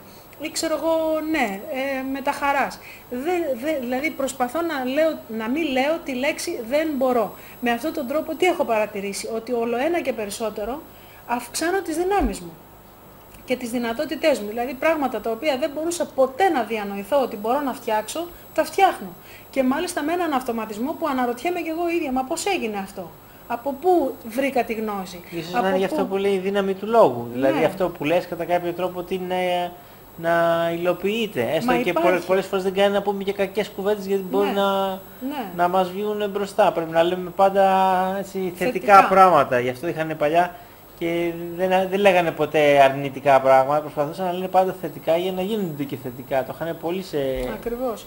Και ακόμα πιο θετικά, δηλαδή το έχω πειραματιστεί πραγματικά, είναι μια απολογία η σημερινή εκπομπή, ίσως και είναι λίγο πριν από τις διακοπές. Η σημερινή εκπομπή θα είναι έτσι γιορταστική εδώ, θα σας χαιρετήσουμε γιατί μετά θα ακολουθήσουν κάποιες διακοπές, όχι πολύ καιρό. Θα μας λείψετε βέβαια, αυτό είναι σίγουρο, δεν το συζητάω, αλλά θα επανέλθουμε δραστήριοι και δρυμύτεροι. Δημήτρη, όπως έλεγε ένα μικρό παιδάκι, έλεγε θα επανέλθω Δημήτριος, αντί δρυμύτερος. Εν πάση περιπτώσει, είναι μια απολογητική έτσι, ημέρα σήμερα και θέλω να πω ότι η έννοια των διακοπών ας γίνει σε όλους μας μια πραγματική έννοια των διακοπών. Δηλαδή διακοπές σημαίνει τι? Ότι απέχω από όλα όσα κάνω καθημερινά και κάνω κάτι διαφορετικό. Απέχω από το να τρώω πολύ, από το να, ξέρω εγώ, να βγαίνω πολύ, να κοιμάμαι πολύ, να μιλάω με πολύ κόσμο πολύ, να εργάζομαι πολύ, να κάνω κάτι διαφορετικό που δεν το κάνω τις άλλες μέρες. Και έτσι βλέπω και τα όρια μου, βλέπω και τις δυνατότητές μου, βλέπω και κατά πόσο μπορώ να ζήσω και χωρίς αυτά που κάνω, δηλαδή απεξαρτώμαι. Οι διακοπές είναι και μια απεξάρτηση, ακόμα και από τις καλές συνήθειες. Δεν είναι, δηλαδή η λέξη απεξάρτηση συνήθως την έχουμε συνδέσει, ξέρω εγώ, με κακά πράγματα. Δεν είναι πάντοτε κακή. Η απεξάρτηση είναι απεξαρτώμαι από κάποια συνήθεια, η οποία μπορεί να είναι και καλή, αλλά ακριβώς επειδή την έχω συνηθίσει και την κάνω συνεχώς, δεν την κάνω με τόση όρεξη και με τόση ενέργεια που θα την κάνω όταν κάνω μία μικρή παύση και μετά ξαναρχίζω. Είναι αυτό που λέμε, ας πούμε, ότι καθημερινά πρέπει να τρώμε διαφορετικό φαγητό. Έχουμε ανάγκη από πολλές βιταμίνες. Όταν λοιπόν τρώμε κάθε μέρα το ίδιο και το ίδιο, όσο και καλό να είναι, κάποια στιγμή ο οργανισμός μας συνηθίζει και σταματάει να παίρνει τα πολύτιμα συστατικά. Αυτό επεκτείνεται σε όλες τις δραστηριότητες μας, ακόμα και στο λόγο. Το να μιλάμε συνέχεια, κάποια στιγμή χάνουμε τη ροή. Εγώ αν μιλήσω λίγο ακόμα θα αρχίσω να λέω κουταμάρες. Γι' αυτό λοιπόν μίλα και εσύ λίγο, Τάσο. Αυτά που λες είναι πάρα πολύ σωστά και πολύ ενδιαφέροντα. Τώρα... Είναι δηλαδή η έννοια των διακοπών, οι περισσότεροι έχουμε συνδέσει τις διακοπές με διασκέδαση, με ξενύχτια, με παρέες πολλές, με εκείνο με τ' άλλο. Μα αυτές δεν είναι οι διακοπές. Αυτό είναι το αντίθετο των διακοπών. Οι διακοπές είναι πολλές φορές πάνε και γίνονται κουρασμένοι από τις διακοπές. Ενώ οι διακοπές πρέπει να είναι ένας χρόνος. Παύση. Όπως είναι δηλαδή ένας κύκλος. Κάθε πράγμα στη ζωή φαίνεται ότι κάνει κύκλους. Να. Έτσι έχουμε την αρχή, την κορύφωση και το τέλος. Έτσι λοιπόν οι διακοπές πρέπει να αντιστοιχούν κατά κάποιο τρόπο στο τέλος. Την ξεκούραση, τη χαλάρωση, το γύρας του χρόνου. Δηλαδή πρέπει να είναι μια περίοδος όπου κάνουμε μια αποτίμηση του τι έχουμε κάνει την προηγούμενη χρονιά, ξεφεύγουμε από αυτά που κάναμε, παίρνουμε σύνταξη, προσωρινή σύνταξη, από τις καθημερινές έγνοιες. Κάνουμε σύνταξη, όχι παίρνουμε σύνταξη. Κάνουμε σύνταξη με άλλη ορολογία. Σωστά. Ναι. Και απολαμβάνουμε τη στιγμή, γιατί κακά τα ψέματα, όταν κάποιος είναι μέσα στην πίεση της καθημερινότητας, χάνει την ουσία της ζωής. Η ουσία της ζωής δεν είναι να είσαι συνέχεια στην πίεση να καταφέρεις κάτι. Θυμάσαι μικρή που κάναμε μια άσκηση που λέγαμε, ξέρω εγώ, πες μια λέξη, καλά, πολλές φορές. Ναι. Καλά. Μετά από λίγη ώρα ξεχνάς, δηλαδή χάνεσαι, δηλαδή δεν ξέρεις τι σημαίνει καλά και δεν μπορείς πια να το λες, αρχίζεις μπερδεύεσαι και αυτά. Αυτή είναι η συνήθεια, αυτό είναι το κύτταρο της κοινωνίας που είναι και ο σημερινός μας τίτλος. Πολλοί άνθρωποι λένε ότι αυτό που λείπει και όλας είναι και η συνειδητοποίηση. Να. Δηλαδή οι περισσότεροι άνθρωποι ζούμε ασυνείδητα. Δηλαδή κάνουμε πράγματα γιατί έχουμε μπει όπως είπες προηγουμένως, σε μια συνήθεια, σε μια τροχιά. Σε μια τροχιά γυρίζουμε και δεν ξέρουμε... Σε ένα πλαίσιο πεποιθήσεων και σκέψεων. Να κάνουμε ένα παράδειγμα. Αν ας πούμε έχουμε ένα τροχό. Ναι. Και με βάλουν εμένα σε μια θέση ενός τροχού και γυρίσουν γρήγορα τον τροχό και με σταματήσουν ξαφνικά και μου πούνε που είσαι, δεν θα ξέρω που είμαι. Ναι. Και πιστεύω και πολλοί άλλος κόσμος. Δεν θα ξέρει δηλαδή σε ποιο σημείο είναι. Όταν κοιτάξω απέναντί μου για λίγα δευτερόλεπτα θα χρειαστώ ένα διάστημα να συγκεντρωθώ και να επικεντρώσω την προσοχή μου να δω που είμαι. Νομίζω ότι να ζήσεις συνειδητοποιημένα είναι πάρα πολύ δύσκολο, ειδικά αυτόν τον καιρό που βομβαρδιζόμαστε συνέχεια από πράγματα, εικόνες, σκέψεις, προβλήματα ξένα. Και τελικά παθαίνουμε αυτό που λέγεται καμιά φορά αλωτρίωση. Αλωτρίωση. Και Δηλαδή δεν ξέρουμε ούτε ποιοι είμαστε, ούτε ποιος είναι ο άλλος. Έτσι. Δηλαδή έχουμε δίπλα μας έναν άνθρωπο και έχει χάσει την ουσία του σαν άνθρωπος. Μέσα μας, όχι ότι την έχει χάσει αυτός. Μέσα μας, ναι. Όπως και εμείς έχουμε χάσει την ουσία του εαυτού μας. Μέσα μας. Βλέπουμε μάλιστα παιδάκια να παίζουν ηλεκτρονικά παιχνίδια και να βλέπουν τους πολέμους λες και είναι παιχνίδια. Και μετά δεν καταλαβαίνουν τι θα πει πέθανε κάποιος, ή πόνος, έμεινε ανάπηρος, ή τα ζώα, υπάρχει σκληρότητα στα ζώα. Εδώ μου έλεγε τώρα πόσοι φίλοι μου λένε που μένουν σε διάφορα προάστια ότι βλέπουν, αν είναι δυνατόν δηλαδή, να πάρω ένα τηλέφωνο και να τους καταγγείλω όλους. Ότι βλέπουν σκυλάκια δεμένα στο μπαλκόνι και να λείπουν 1 και 2 εβδομάδες και τα ζωάκια αυτά να κλαίνε μέρα νύχτα. Δηλαδή είναι απαράδεκτο. Είναι απαράδεκτο τραγικό. Να φεύγουν, να πηγαίνουν διακοπές και να αφήνουν πίσω τις ζωντανές αυτές ψυχούλες. Δηλαδή είναι πραγματικά απαράδεκτο. Δεν μπορώ να το καταλάβω, δεν μπορώ να το διανοηθώ. Εγώ έρχομαι εδώ ας πούμε στην Παλίνη για 2-3 ώρες και το μυαλό μου είναι συνέχεια στο σπίτι στα σκυλάκια. Όχι να φύγω να πάω διακοπές και να τα παρατήσω. Δηλαδή είναι αδιανόητο. Πώς έχει σκληρύνει τόσο πολύ ο άνθρωπος, πώς έχει φτάσει σε σημείο να μην σέβεται. Δεν σεβόμαστε ούτε τον εαυτό μας, ούτε τη φύση. Δεν σέβεται ο άνθρωπος πια. Γιατί ζούμε μια ζωή ασυνείδητη. Και αν είχαμε μια μαγική έτσι συσκευή, αυτό που λέγαμε πριν, να είμαστε αόρατοι και να ακούγαμε ας πούμε τις τηλεφωνικές διαλέξεις ή να βλέπαμε ας πούμε μέσα στα εσωτερικά των σπιτιών. Θα βλέπαμε, τι θα βλέπαμε. Ο περισσότερος κόσμος, ξέρω εγώ, κάθεται απέναντι την τηλεόραση, ακούει τις ειδήσεις. Και μετά όταν θα δει το φίλο του, τη φίλη του, το γνωστό του, ξέρω εγώ, το γείτονα κτλ. Τι κάνεις Γιάννη, ξέρεις, ναι, είδες τι είπανε στην τηλεόραση αυτό. Και τι κάνουνε, γίνονται φερέφωνα, αναμεταδίδουν αυτά που ακούνε στις ειδήσεις. Χάνοντας χρόνο και αφήνοντας πίσω τις προσωπικές συζητήσεις που θα μπορούσαν να κάνουν. Γινόμαστε θεατές, ενώ στην πραγματικότητα ακριβώς. Πρέπει να δούμε εδώ που είμαστε τι μπορούμε να κάνουμε. Δηλαδή να πάρεις, ξέρω εγώ, το φίλο σου, τη φίλη σου, έναν γνωστό, ένα συνεργάτη σου, τηλέφωνο και να του πεις τι κάνεις βρε Τάσο, είσαι καλά, να μοιραστείς ας πούμε τα δικά του και τα δικά σου, χωρίς να έχεις τους εξωτερικούς παράγοντες, τι έγινε εκεί, τι δεν έγινε εκεί, τι είπε ο ένας, τι δεν είπε ο άλλος. Είναι τραγικό δηλαδή ο χρόνος του, ο ανθρώπινος χρόνος, ο καθημερινός, ο πολύτιμος χρόνος να χάνεται σε τέτοια πράγματα. Εγώ πάντως διάβαζα έτσι. Πρέπει να αλλάξουμε την κυταρική δομή μας. Αυτό πρέπει να κάνουμε. Για να σταματήσουν και οι ασθένειες, για να σταματήσουν και οι πόλεμοι, για να σταματήσουν όλα. Πρέπει να αλλάξουμε την κυταρική δομή. Και πώς θα την αλλάξουμε? Λίγο πολύ με αυτά που είπαμε πριν και άλλα πολλά. Έχουμε τη δυνατότητα. Πρέπει να διώξουμε βασικά το φθόνο και τον εγωισμό από τις κοινωνίες. Και την λυσικακία. Αυτά από εκεί ξεκινάνε πάρα πολλά πράγματα. Και να θυμόμαστε τι έγινε, ξέρω εγώ, πριν 5 χρόνια και τι 10 χρόνια, γιατί μου έκανε ο δάσκαλος και τι μου έκανε η γιαγιά μου τότε.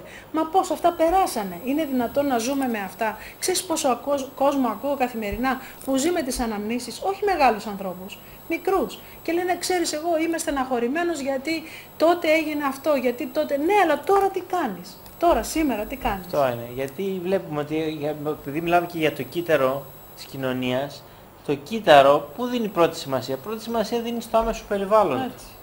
Και αυτό είναι ένα μεγάλο μυστικό, η επικοινωνία και το άμεσο περιβάλλον. Δηλαδή, εγώ εδώ που είμαι, με ποιον έχω σχέση? Με τη Γεωργία, με την Μαρία, με τον Γιώργο, με τον Κώστα.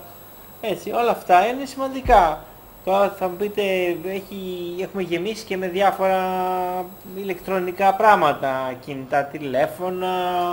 Όταν τα χρησιμοποιούμε με μέτρο είναι χρήσιμα. Τα οποία μπορεί να μας είναι και χρήσιμα, αλλά μπορεί καμιά φορά να είναι κομπιούτερ, να είναι και απρόσωπα πράγματα. Να μας αποπροσανατολίσουν και μας αποανθρωπίσουν τελικά. Χρειάζεται και δηλαδή, να μας απομονώσουν. Και να μας απομονώσουν, δηλαδή να ζούμε σε μια πραγματικότητα η οποία είναι πλασματική, δεν είναι η πραγματικότητα η πραγματική. Η πραγματική πραγματικότητα είναι να ανοίγουμε το παράθυρο το πρωί, βρισκόμαστε στην Ελλάδα, έχει ωραίο ήλιο λιακάδα, να βάλουμε 2 ψυχουλάκια στο μπαλκόνι, να έρθει το περιστεράκι να φάει, το σπουργητάκι να φάει, να χαρούμε, να μιλήσουμε.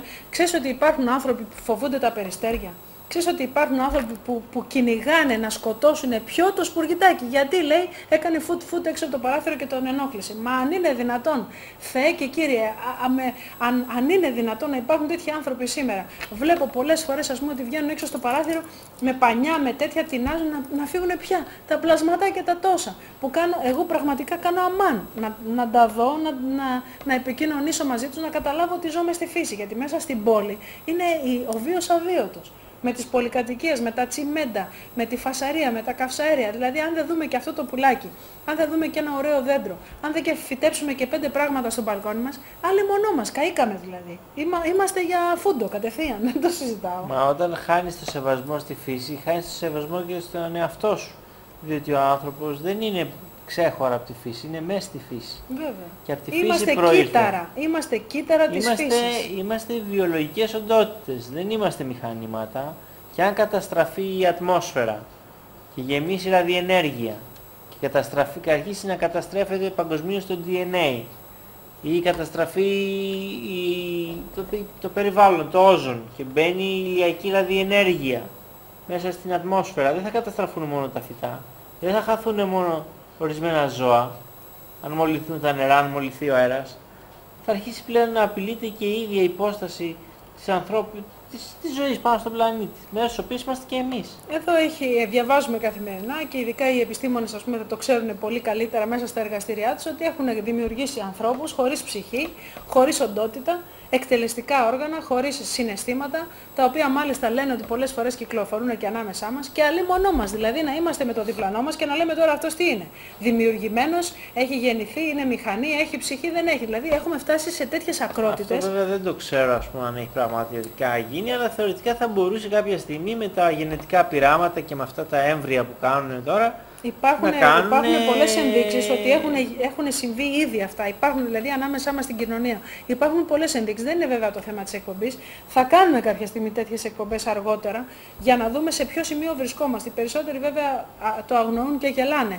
Και να σου πω, από τη μια καλά κάνουν, γιατί εντάξει, η ζωή είναι σύντομη και θέλει... πρέπει να παίρνουμε τα καλά από τη ζωή. Ναι, και πρέπει να παίρνουμε καλά. Αλλά όμως να μην παύουμε να έχουμε και τη σχετική ενημέρωση, να ξέρουμε τι υπάρχει δίπλα μας. Ναι, αυτό είναι αλήθεια. Υπάρχουν πάρα πολλά λοιπόν πράγματα, πολύ κίνδυνοι, με την έννοια πια όχι του φόβου, με την έννοια της άγνοιας. Πολύ κίνδυνοι που αν πραγματικά έχουμε λίγη γνώση και δημιουργήσουμε μια επιπλέον άμυνα στον οργανισμό μας με τη σκέψη μας, δεν λέω με άλλα τεχνικά πράγματα, νομίζω ότι η σκέψη μπορεί να τα ξεπεράσει όλα και να τα διαπεράσει και η ταχύτητα της σκέψης είναι πολύ πιο γρήγορη από οποιοδήποτε άλλο μηχάνημα. Άρα από τη στιγμή που έχουμε αυτό το όπλο όλοι, λίγη γνώση, λίγη εμπειρία και πολλή δράση. Έτσι.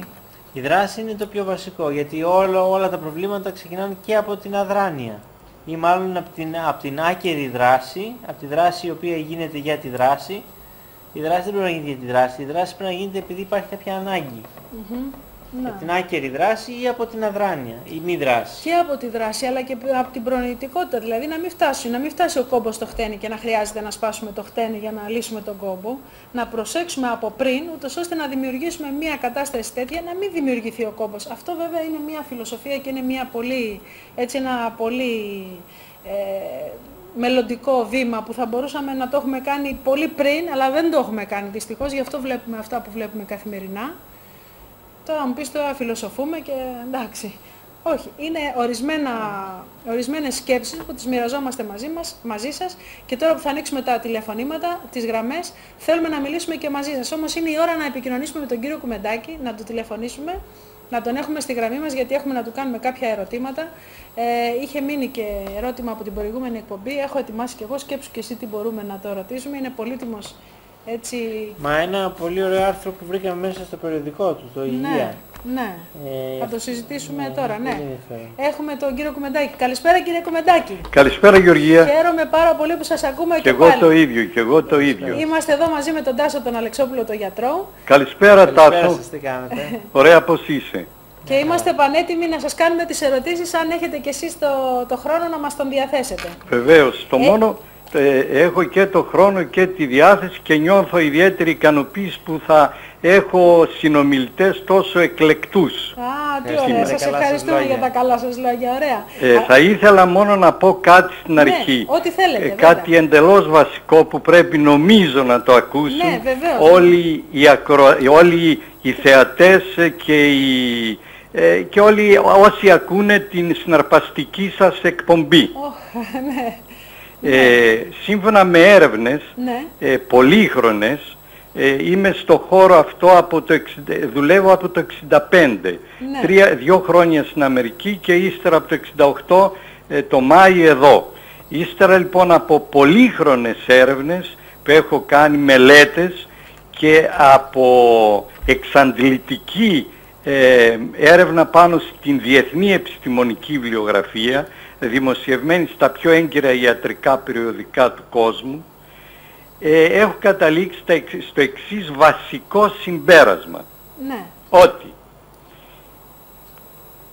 ο 90% των ασθενειών μπορούν να προληφθούν και να γιατρευτούν με απλά φυσικά μέσα. Δηλαδή αποτοξίνωση και αλλαγή του τρόπου διατροφής, άσκηση και κάποια ψυχική υγιεινή και κάποια τροφικά συμπληρώματα. Δηλαδή, οι έρευνες μου, τόσο οι επιστημονικές μελετών στη βιβλιογραφία, όσο και η πρακτική μου πείρα, η καθημερινή των 40 περίπου ετών, με βοήθησαν να καταλήξω ότι αρρώστιες όπως η ακμή, η σκολικοειδίτιδα, η αθυροσκλήρυνση, ο διαβήτης των ενηλίκων, η ινομιαλγία, η ποδάγρα και οστεοαρθρίτιδα, η υψηλή πίεση, το σύνδρομο ευερεύστου εντέρου, ο εκφυλισμός της οχράς κοιλίδας, οι δυσλειτουργίες σεξουαλικές των ανδρών, οι αλλεργίες,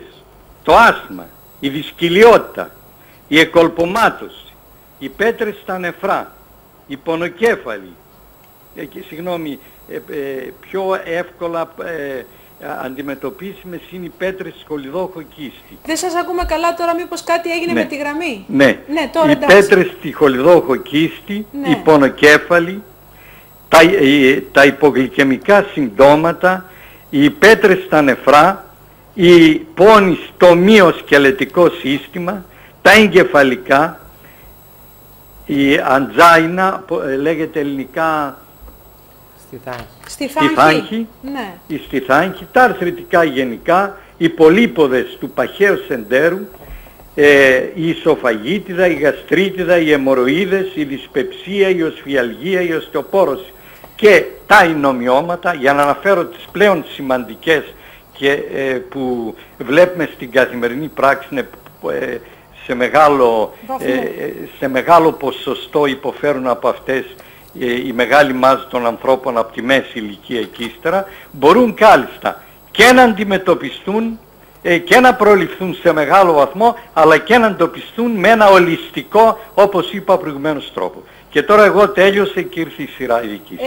Είσαστε σαν να είχατε προφητεύσει, γιατί 2-3 από αυτά που είπατε τα είχαμε και σαν ερωτήματα. Δηλαδή ο πονοκέφαλος, τα ινομιώματα και η ισοφαγίτιδα. Αυτά ήταν τα ερωτήματα που ήθελα να σας ρωτήσω, πώς μπορούμε με απλούς τρόπους να τα αποφύγουμε.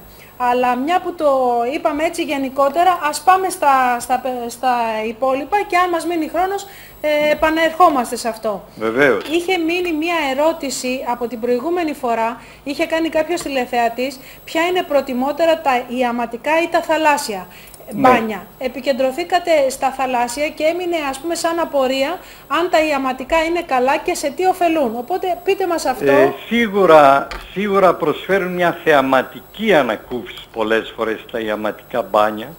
Ίσως καλύτερη ανακούφιση, πιο αισθητή, πιο εντυπωσιακή, ακόμα και από ορισμένα φάρμακα αντιφλεγμονώδη που βλάπτουν το στομάχι, δημιουργούν ερεθισμό έντονο στο στομάχι και ενίοτη και γαστροραγίες. Για να μην μπούμε, αυτό το φάρμακο, το Vioxx, πριν από λίγο καιρό απομακρύνθηκε από την αγορά, προκαλούσε καρδιακές προσβολές. Επομένως, τα ιαματικά έχουν τη θέση, το οπλοστάσιο του ολιστικού γιατρού και μπορούν να χρησιμοποιηθούν επικοδομητικά, αρκεί να μην μένει το άτομο περισσότερο από 15-20 λεπτά στο νερό, να μην είναι καυτό το νερό και του προκαλεί μεγάλη κατάπτωση. Και αγιοδιαστολή, Ναι, ακριβώς. Ναι. Να είναι ζεστό και όχι καυτό. Να μην μένει πάνω από 15-20 λεπτά.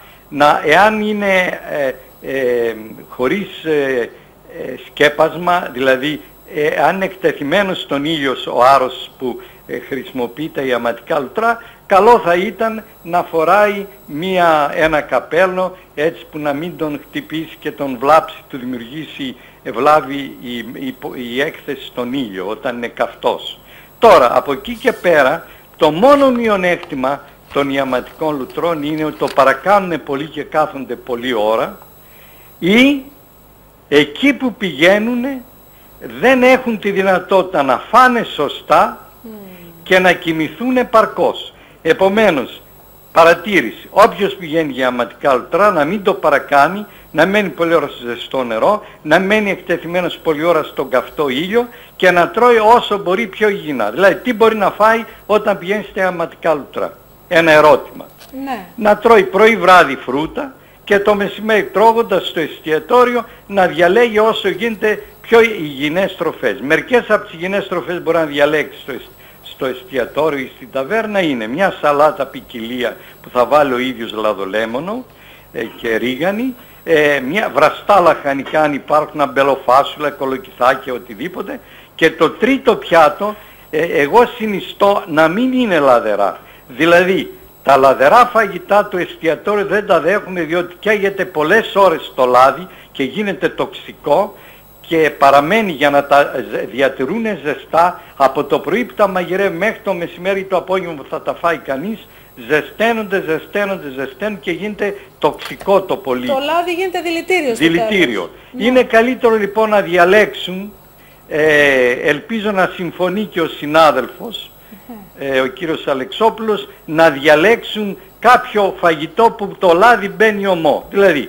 βραστές ή ψητές πατάτες που θα τις παραγγείλει να τις ψήσει εκείνη την ώρα, μπορεί να παραγγείλει φάβα, αν υπάρχει, που είναι μαγειρεμένη χωρίς λάδι, μαυρομάτικα και εν πάση περιπτώσει κάτι άλλο που δεν είναι μαγειρεμένο και καμένο το λάδι για μακρό χρονικό διάστημα. Και όλα τα όσπρια κανονικά χωρίς λάδι μαγειρεύονται. Ναι, δυστυχώς δεν βρίσκεις χωρίς λάδι. Ναι, δεν βρίσκεις χωρίς λάδι όσπρια. Μπορεί να βρεις μόνο φάβα και λίγα μαυρομάτικα, τίποτε άλλο. Εγώ θα ήθελα να κάνω μια παρέμβαση Ναι.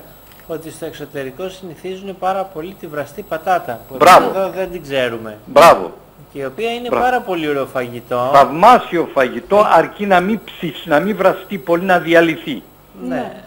Έχει βιταμίνες μέσα. Πολύτιμα και στοιχεία. ένα συμπλήρωμα από κάποιο όσπριο ή κάτι έξτρα. Και με μαϊντανό σκόρδο, λίγο ελαιόλαδο. Μα όταν βάλεις πατάτα με λίγο ρύζι, λίγο όσπριο, γίνεται πλήρες πρωτεΐνη. Και χαίρομαι που το θίξατε. Ναι. Όπως και γι' αυτό λένε και στα όσπρια μέσα να βάζουμε και λίγο ρύζι. Μπράβο. Για να κάνει ακριβώς αυτό το συνδυασμό. Γίνεται ένα πλήρες πρωτεΐνη που καλύπτει πλήρως ανάγκη σε συνδυασμό με μια σαλάτα και αν θέλει κανείς λίγες σελίτσες ή λίγο μαύρο πιτηρούχο ψωμί με φιδό.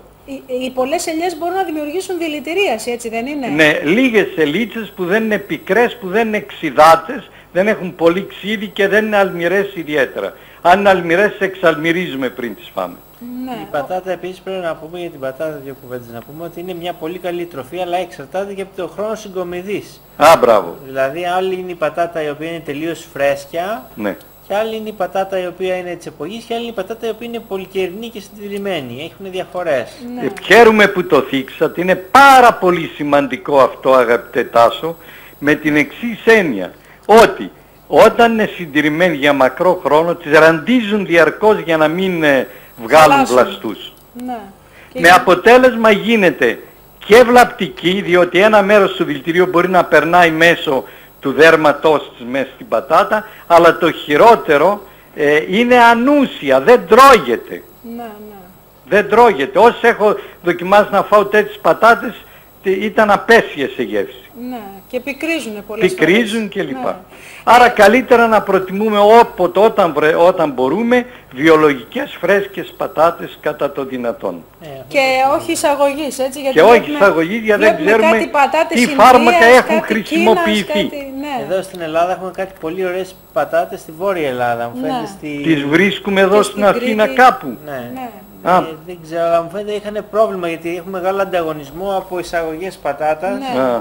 Οι οποίες φέρνουν βέβαια πολύ φτηνότερα, ο κόσμος δεν ξέρει τι τρώει. Δεν ξέρει και προτιμάει, βλέπει πατάτα σου λέει ας φάω και ό,τι να είναι. Ναι, και άμα δει και χαμηλή τιμή σου λέει αυτή είναι πιο φθηνή, γιατί Ακριβώς, πατάτα ενώ η μία και πατάτα η άλλη. της είναι μια καταπληκτική πατάτα. Ναι, είναι όταν η πατάτα είναι νόσιμη, είναι μια από τις πιο απολαυστικές τροφές. Βέβαια, εδώ θα πρέπει να πούμε ότι ο πολλής κόσμος δεν καταλαβαίνει την νοστίμια της, την ακριβή της νοστίμια, ή δεν καταλαβαίνει αν είναι άνοστη, διότι την ψήνει με πολλά μπαχαρικά, βάζει μέσα τυρί, βάζει μέσα ντομάτα, βέβαια που της δίνει κάποια νοστίμια, ή την τηγανίζει. Με αποτέλεσμα τη γνήσια νοστίμια της πατάτας δεν την καταλαβαίνουν. Δεν έχει γεύση. Η πατάτα επίσης άμα είναι φρέσκια και οικολογική είναι πολύ ωραία και ομή, δηλαδή στον τρίφτη ομή με λίγο δεν έχω δοκιμάσει και δεν μπορώ να πω για του λόγους του αληθές. Είναι υπέροχη πράγμα. Εγώ προτιμώ να είναι λίγο στον ατμό ή λίγο ψημένη. Την ομή δεν με τραβάει η ομή. Ναι, αν είναι καλή η πατάτα και νόστιμη, πραγματικά είναι πεντανόστιμη και έχει μια γλύκα απίστευτη. Βέβαια η ομή έχει το πρόβλημα της σολανίνης πατάτα. Ναι, μπράβο, πρέπει να το προσέχουμε αυτό, διότι η σολανίνη είναι σφοδρό δηλητήριο. Και όταν βλέπουμε τις πατάτες πράσινες να το κόβουμε ή να την πετάμε. Ναι, αυτό εντάξει, όπως και το πράσινο του σκόρδου, η καρδιά του σκόρδου, το πράσινο το πράσινο πρέπει το απομακρύνει, αλλά ειδικό της πατάτας έχει σολανίνη, όπως είπε ο συνάδελφος. Και βέβαια, εδώ θα πρέπει να συμπληρώσω ότι είναι θαυμάσια τροφή, ίσως πιο θρεπτική από την κοινή πατάτα, η γλυκοπατάτα. Η γλυκοπατάτα, ήθελα να το πω, ναι, πραγματικά. Περιέχει πολύτιμα θρεπτικά στοιχεία, άφθονη β' καροτίνη, αλλά και πολλά άλλα, και όταν γίνεται ψητή και την ανοίξει είναι σαν λουκούμι. Την αφήσει να κρυώσει λίγο και τη φας με λαχανικά, είναι το κάτι άλλο. Πεντανόστιμη. Πεντανόστιμη. Και γίνεται και πολύ ωραίο διακοσμητικό. Ακριβώς. Εάν θα τη βάλουμε σε ένα ποτηράκι με νερό, βγάζει κάτι υπέροχα φύλλα τα οποία είναι ανερχητικά και μπορεί να στολίσουμε και μια γωνία απίθανα. Να και μια άλλη διάσταση της πατάτας την οποία αναγνωρούσα. Έχει ένα φύλλο, δεν μπορείτε να φανταστείτε, είναι σαν ψεύτικο το φύλλο της. Και μεγαλώνει και πολύ γρήγορα. Και γίνεται ωραίο λουλούδι. Διακοσμητικό μέσα στο χώρο. Κάτι που δεν το γνώριζα. Είδατε. Άρα κουβεντιάζοντας μαζί, μαθαίνω και, δεν μαθαίνουν μόνο οι ακροατές σας, οι θεατές, μαθαίνω και εγώ κάτι ενδιαφέρον. Εντάξει, πάντα είπαμε η συνεργασία είναι δύναμη. Πάντα κάτι θα ακούσουμε. Αρκεί να υπάρχει κατανόηση και σεβασμός και να μιλάμε την ίδια γλώσσα. Ναι. Θέλω να μας πείτε και δύο λόγια για τον καφέ και το κρασί. Αν σε κάποια περίπτωση ωφελεί ο καφές και το κρασί και σε πόσες βλάπτει το ξέρουμε, αλλά αν ωφελεί.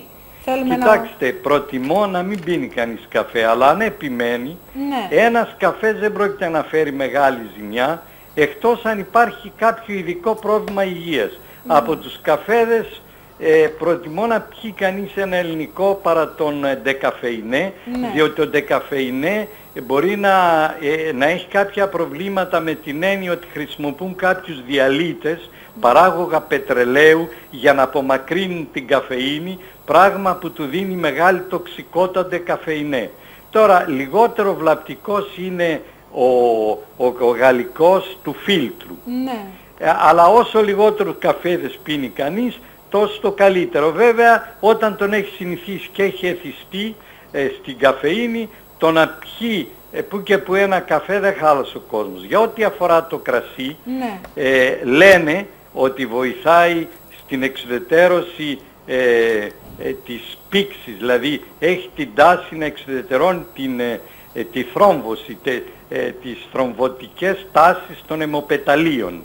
Πράγμα το οποίο έχει θα το λέγαμε, μια ευεργετική επίδραση σε ανθρώπους που κινδυνεύουν. Κυρίως το κόκκινο, Ναι, το κόκκινο, που έχει αυτά τα στοιχεία, τα πολύτιμα, όπως λένε, βιοφλαβονοειδή και άλλα, τα οποία και η ρεβεστρατόλη που βρέθηκε ότι κάνει καλό. Αλλά εγώ δεν θεωρώ ότι είναι απαραίτητο το κρασί. Σε κάποια παρέα μπορεί να πιει κανείς ένα ποτηράκι, αλλά όχι σε καθημερινή βάση. Ναι. Και τούτο διότι σε μια έρευνα που διάβασα χθες, δημοσιευμένη σε έγκυρο ιατρικό περιοδικό, μια έρευνα που έκαναν μεγάλοι καθηγητές, σοβαροί καθηγητές στο Χάρβαρντ, Ναι. βρέθηκε ότι ακόμα και ένα ποτηράκι τη μέρα μπορεί να επιβαρύνει τον οργανισμό για κάποιο καρκίνο στον οποίο έχει προδιάθεση. Λόγου χάρη τον καρκίνο της ουροδόχου κίστης, του ισοφάγου και τον καρκίνο του στήθους. Λοιπόν, αυτό προσοχή στις γυναίκες. Ούτε ένα ποτηράκι τη μέρα.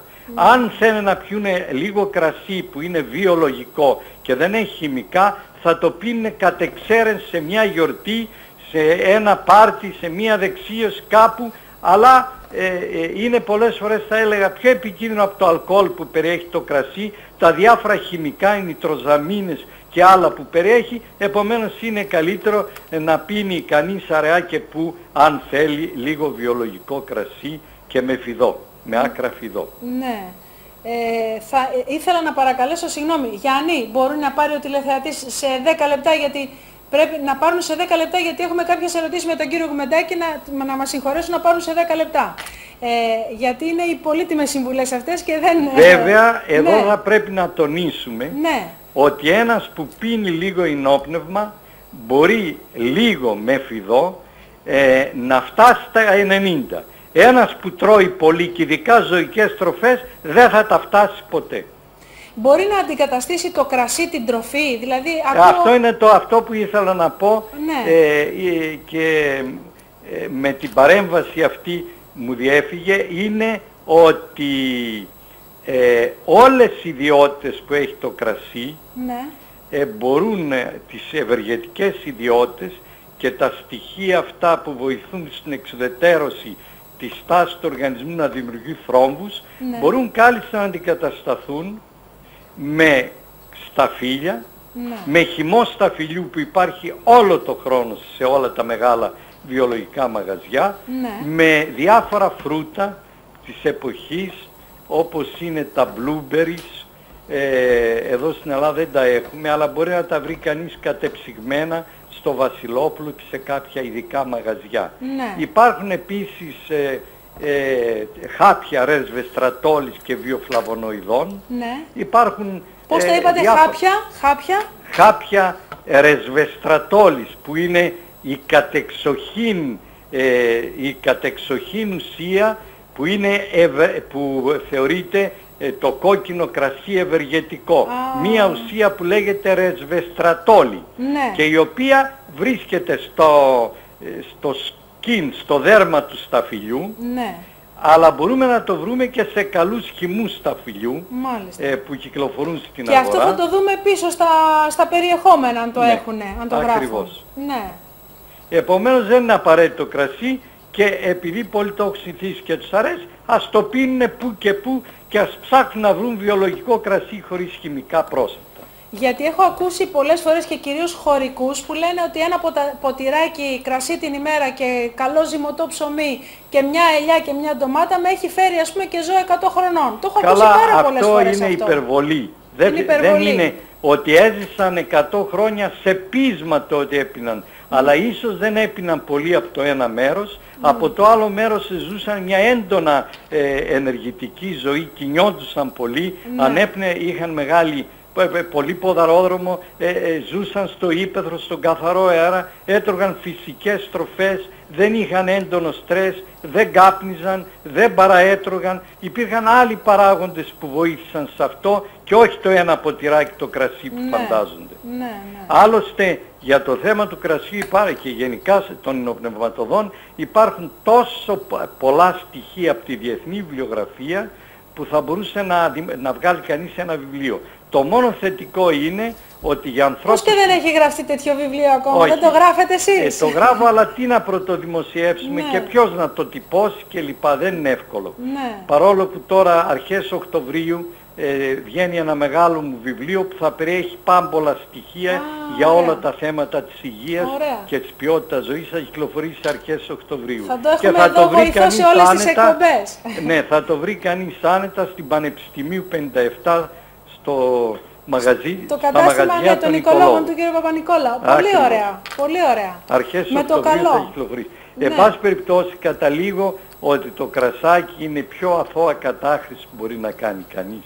Και με το να το πίνει που και που δεν χάλασε ο κόσμος. Δεν χάλασε, ναι. Αλλά με φιδό και να προσέχει πολύ τη διατροφή του, διότι έχει βρεθεί τα τελευταία χρόνια από σωρία μελετών, και αυτό να τα ακούσουν όλες οι Ελληνίδες, τα πρώτα 3 έως 7 χρόνια είναι αποφασιστικά για το μέλλον της υγείας του ανθρώπου. Δηλαδή, με το να ακολουθήσει σε μεγάλη ηλικία τους κανόνες της υγιεινής διατροφής, δεν σημαίνει ότι είναι απόλυτη η ασπίδα και η προφύλαξη για να αποφύγει σοβαρές αρρώστιες.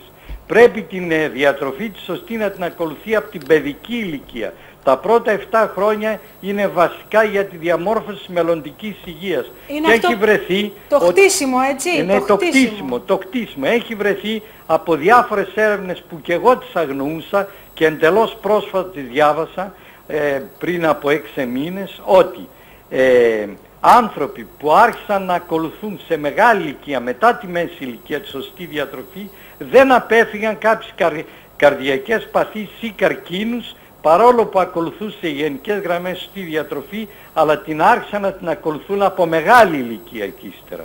Και όχι από την παιδική ηλικία που όφυλαν, που κτίζεται ο οργανισμός και βάζει τα θεμέλια της σωστής υγείας. Αυτό έχει λογική, γιατί αν δούμε ότι αν ξεκινήσουμε ένα κτίριο σαθρό και μετά αρχίσουμε τα μπαλώματα, ποτέ δεν θα γίνει καλό. Ωραίο το παράδειγμα.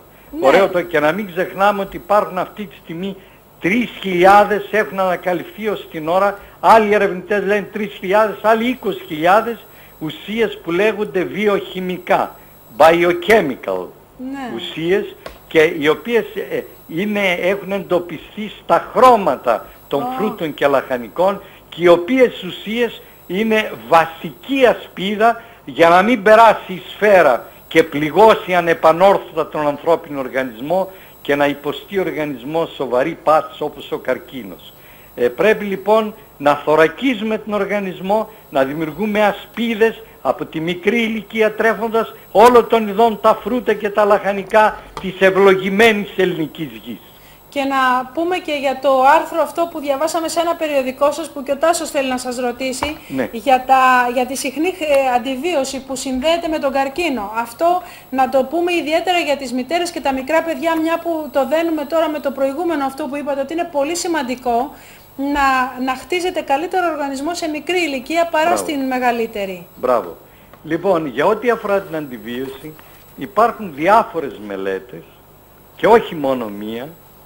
Απλώς έχει επικεντρωθεί τα τελευταία χρόνια το ενδιαφέρον, έχει βρεθεί ότι μεγάλη κατάχρηση αντιβιωτικών για ψηλιπίδημα μπορεί να οδηγήσει ακόμα και σε καρκίνο του στήθους και άλλους καρκίνους, αλλά ειδικά του στήθους έχει γίνει μια ευρεία μελέτη. Ναι. Επομένως τα αντιβιωτικά δεν πρέπει να χορηγούνται για ψηλιπίδημα, και γι' αυτό σέβομαι και θαυμάζω τους ολιστικούς γιατρούς που σου λένε όχι αντιβίωση για ψηλιπίδημα. Ναι. Τα αντιβιωτικά μόνο σε πολύ σημαντικές περιπτώσεις. Υπάρχουν και φυσικά αντιβιωτικά, φυτικά αντιβιωτικά χωρίς παρενέργειες, αλλά τα αντιβιωτικά έχουν θέση μόνο σε σοβαρές λοιμώξεις. Ναι. Όχι επειδή το παιδί έπαθε μία αθώα λοίμωξη, δηλαδή έχει λοίμωξη στα αυτιά, οτίτιδα, ή έχει μια αμυγδαλίτιδα, ή έχει μια ιγμορίτιδα, ή έχει μια άλλη από τις συνήθεις παιδικές όπως είναι οι βρονχίτιδες και άλλες, που δίνουν οι γιατροί για να προλάβουν, υποτίθεται, κάποια επέκταση αρρώστιας και κάποια επιδείνωση, ναι, κλπ. Δίνουν αντιβιωτικά για ψηλιπίδημα. Ναι. Και το δικαιολογούν αυτό ότι αν δεν δώσουν αντιβίωση μπορεί να υπάρξει μια κακή συνέχεια. Μια κακή συνέχεια, να υπάρξει, δηλαδή πολλές φορές ξεκινάει από μια αθώα αρρώστια και δημιουργείται μια άλλη. Ναι. Επεκτείνεται σε μια άλλη. Αυτό το πράγμα, εάν λάβουμε αυστηρά μέτρα διατροφής, και θα τα πούμε αμέσως μετά, δεν θα πάθει κανείς αυτή την σοβαρότερη αρρώστια, αλλά και η αρρώστια την οποία έχει, όπως είπαμε, θα αρχίσει να υποχωρεί. Τα αντιβιωτικά λοιπόν έχουν θέση μόνο σε μια περίπτωση ομιγέννητο μακριά από τα παιδιά, της αρρώστια του εγκέφαλου, της εγκεφαλίτιδα ποια? Μηνυγκίτιδα. Ναι. Τη μηνυγκίτιδα δεν μπορούμε φυσικά να παίζουμε με τέτοιες σοβαρές αρρώστιες, πρέπει αμέσως να πάρει αντιβίωση. Ναι. Επίσης πρέπει να πάρει αντιβίωση σε μια σοβαρή πνευμονία.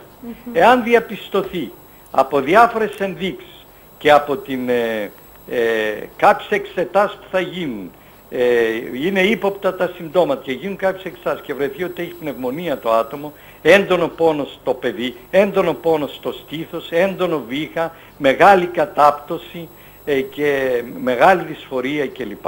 Σε αυτή την περίπτωση δεν μπορούμε να αποφύγουμε μια μικρή αντιβίωση.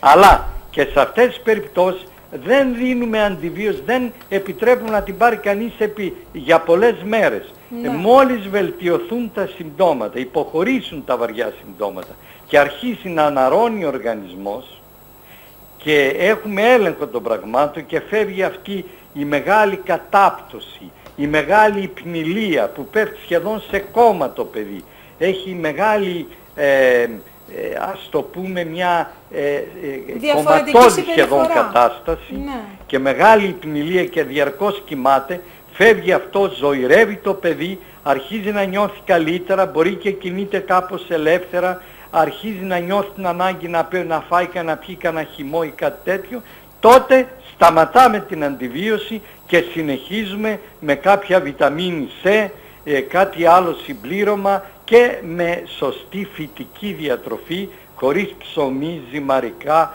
γλυκίσματα και ζωικές γενικά τροφές, μέχρι να μπει σε ένα καλό δρόμο υγεία του. Επομένως, τα αντιβιωτικά σε εξαιρετικές περιπτώσεις που είναι σοβαρή μικροβιακή πάθηση. Μάλιστα. Και αυτό μπορούμε να το αναπτύξουμε κάποια στιγμή ευρύτερα, με όλες τις λεπτομέρειες, με όλα τα στοιχεία και πώς θα μάθει μια γυναίκα μορφωμένη να διαπιστώνει πότε το παιδί της έχει σοβαρή μικροβιακή αρρώστια, να καλάει βέβαια και το γιατρό, το παιδίατρο, να το επιβεβαιώνει. Πρόγραμμα, ναι. Ναι, να το επιβεβαιώνει ο παιδίατρος και τότε να δικαιολογείται η χορήγηση ολίγων αντιβιωτικών για κάμποσες μέρες. Μια ερώτηση και βέβαια εδώ πρέπει να τονίσουμε κάτι το οποίο οι περισσότεροι γιατροί δεν το εφαρμόζουν και είναι εγκληματικό. Δίνουν με απλόχερα την αντιβίωση χωρίς παράλληλα να συνιστούν στη μάνα και για μικρούς και για μεγάλους κάποιο προβιωτικό. Προβιωτικό ακόμα έχουν και τα φαρμακεία, αλλά και όλα τα μαγαζικά υγιεινών τροφών έχουν προβιωτικά καλά, τα οποία προλαμβάνουν την καταστροφή, συνοδεύουν την αντιβίωση και βοηθούν στην αποτροπή της καταστροφής της χλωρίδας του εντέρου, η οποία καταστροφή θα οδηγήσει αργότερα σε άλλα προβλήματα δυσπεψίας, γαστρίτιδας, κολίτιδας, ισοφαγίτιδας και επιπλέον αυτό που λέμε ελικοβακτηρίδιο του πυλωρού κλπ. Είναι πολύ ενδιαφέρουσα η συζήτηση, έχουμε πολλές τηλεφωνικές γραμμές. Θα σας κάνω μία τελευταία ερώτηση και μετά να κλείσουμε. Ναι. Είναι ερώτηση τηλεθεατή. Για την κόκκινη πιπεριά, την καυτή, τι έχετε να μας πείτε? Ωφελεί καταρχήν στον οργανισμό και σε πόση συχνότητα μπορεί ένα άτομο να τη χρησιμοποιεί? Ένας άνθρωπος ο οποίος αποφάσισε να μην χρησιμοποιεί πιπέρι και αλάτι, και επαναλαμβάνω εδώ αυτό που είπα νομίζω και σε άλλη εκπομπή, όσοι σταματούν το αλάτι για να μην προκύψει έλλειψη ιωδίου πρέπει να παίρνουν μια πολυβιταμίνη που έχει ιώδιο. Λοιπόν, ή να παίρνουν φύκια. Ή τα φύκια, ή τα φύκια, αν δεν θέλουν πολυβιταμίνη. Τώρα, για ό,τι αφορά την κόκκινη πιπεριά, νομίζω ότι χρησιμοποιούμενη με φιδό η κόκκινη πιπεριά είναι θαυμάσιο συμπλήρωμα και μυρωδικό που δίνει μια ωραία γεύση στο φαΐ, αρκεί να μην χρησιμοποιούν μεγάλη ποσότητα και αποκτάει το φαΐ μια δρυμύτατη γεύση κλπ, που να αποθεί, που να μην το ευχαριστιέται κανείς. Μπορεί να χρησιμοποιηθεί σαν αντιβιωτικό, γιατί λέμε ότι η καυτή πιπεριά σκοτώνει τα μικρόβια. Υπάρχει τέτοια περίπτωση? Μπορεί, όταν χρησιμοποιείται με φιδό, και σκοτώνει τα μικρόβια, αλλά μπορεί και αυτή, όπως και η κανέλα, να χρησιμεύσει για βελτίωση του μεταβολισμού του ζαχάρου. Έχει βρεθεί λοιπόν ότι η κόκκινη πιπεριά βοηθάει ακόμα και συμβάλλει στην πρόληψη του καρκίνου του προστάτη. Μάλιστα. Να τη χρησιμοποιούμε με φιδό για να μην γίνεται πολύ καυτερό το φαγητό και δεν τρώγεται και δημιουργούνται δυσπεπτικά φαινόμενα δυσπεψίας. Μάλιστα. Είναι πάρα πολλές ακόμα οι ερωτήσεις. Έχουμε πολλές γραμμές. Δεν ξέρω, Τάσος, αν θέλει κάτι να ρωτήσει. Να σας ευχαριστήσω, κύριε Κουμεντάκη. Ευχαριστώ και εγώ για την ωραία αυτή κουβέντα που κάναμε. Είσαστε απαραίτητος. Χαίρομαι πάρα πολύ που έχουμε αυτή την συνεργασία. Εμείς θα διακόψουμε, δηλαδή θα διακόψω την εκπομπή για 2 εβδομάδες περίπου. Μετά από 2 εβδομάδες. Και μετά από 2 εβδομάδες, με το καλό πρώτο ο Θεός, πάλι θα είμαστε μαζί. Καλές διακοπές, καλές δυνάμεις για να επανέλθετε δρυμύτεροι να συνεχίσετε αυτή την λίγαν σημαντική εκπομπή. Ευχαριστούμε πάρα πολύ. Καλό βράδυ. Γεια σας και στους δύο. Ευχαριστούμε. Γεια σας. Έχουμε την γραμμή, να την πάρουμε. Καλησπέρα σας. Καλησπέρα. Ναι. Τα συγχαρητήρια περιτεύουν. Ναι. Τα έχουμε πει πολλές φορές. Τι κάνετε, καλά? Καλά. Ποιος είστε? Ο Κώστας Βουλγαρίδης. Ναι. Είναι οι φωνές τώρα από το τηλέφωνο αλλάζουν λίγο. Ωραία. Λοιπόν. Μήπως ξέρετε να μας απαντήσετε και τι θα πει ο Τουλουμπατζής? Λοιπόν, τουλούμπα είναι εκτός από το γλυκό, Ναι. είναι και η αντλία. Μπράβο. Συνεπώς, τουλουμπατζής είναι αυτός που γυρίζεται την αντλία, δηλαδή ο πυροσβέστης. Το έχετε κερδίσει το βιβλίο και ειδικά ποιος? Ο πυροσβέστης. Ο πυροσβέστης, ακριβώς. Ναι. Το είπα. Λοιπόν, είναι δικό σας αυτό το βιβλίο, η Σοφία όλων των εποχών. Νομίζω έχετε και ένα προηγούμενο, θα τα πάρετε μαζί. Θα μιλήσουμε, θα τα πάρουμε μαζί. Είναι πολύ σημαντικό βιβλίο και δεν υπάρχει στο εμπόριο, αυτό είναι. Μας τα έχει διαθέσει ο κύριος Σχέτος, ο Γιώργος Σχέτος, ευγενική προσφορά. Είναι με αλφαβητική σειρά παροιμίες Ελλήνων και ξένων. Σημαντικό. Σας ευχαριστούμε πάρα πολύ και δεν ξέρω αν θέλετε κάτι άλλο να συμπληρώσετε. Μια ερώτηση στον κύριο Αλεξόπουλο, γίνεται? Ναι, βεβαίως. Το νερό που πίνουμε τις βρύσες, επειδή έχει χλώριο, βάζουμε συνήθως φίλτρο. Ναι. Το νερό στο μπάνιο που κάνουμε μπάνιο πρέπει να έχει και αυτό φίλτρο. Κανονικά ναι. Διότι και από εκεί απορροφάται περισσότερο χλώριο από όσο πίνουμε από τη βρύση. Κοιτάξτε να δείτε, έχει γίνει μια πολύ ωραία επίδειξη μια φορά από ανθρώπους που κατά καιρούς διαφημίζουν διάφορα φίλτρα.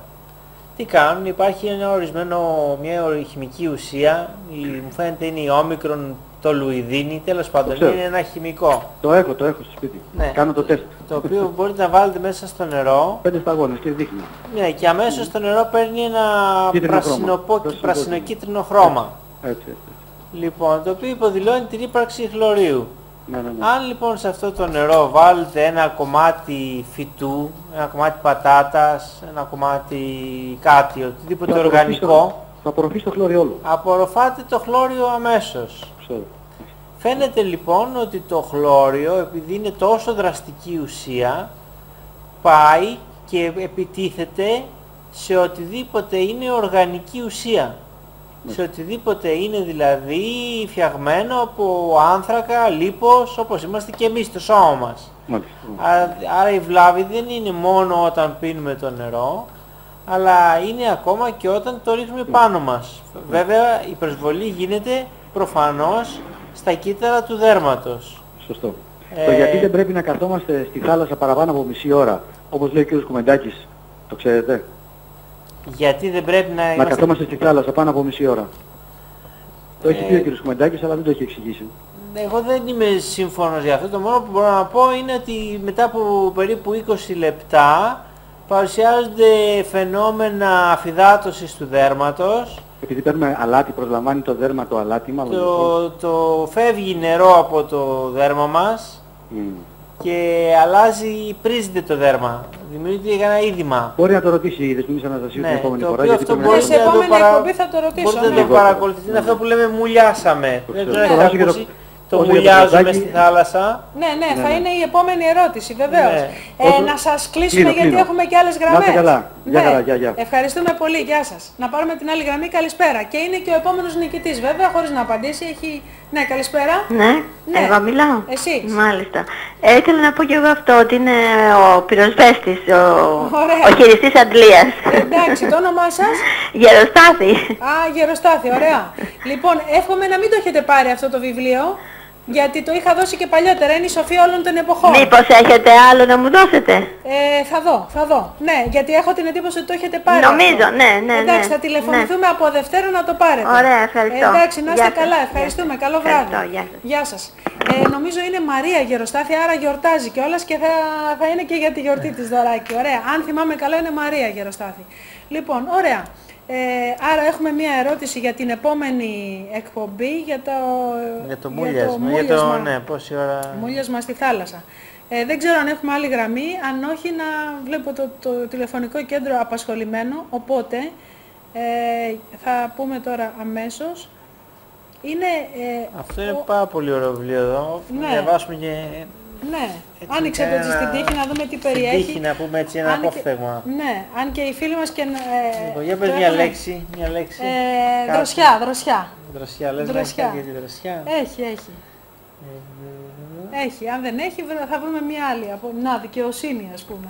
Αλλά δροσιά το λέω επειδή τώρα είμαστε καλά εδώ, αλλά μόλις βγούμε έξω.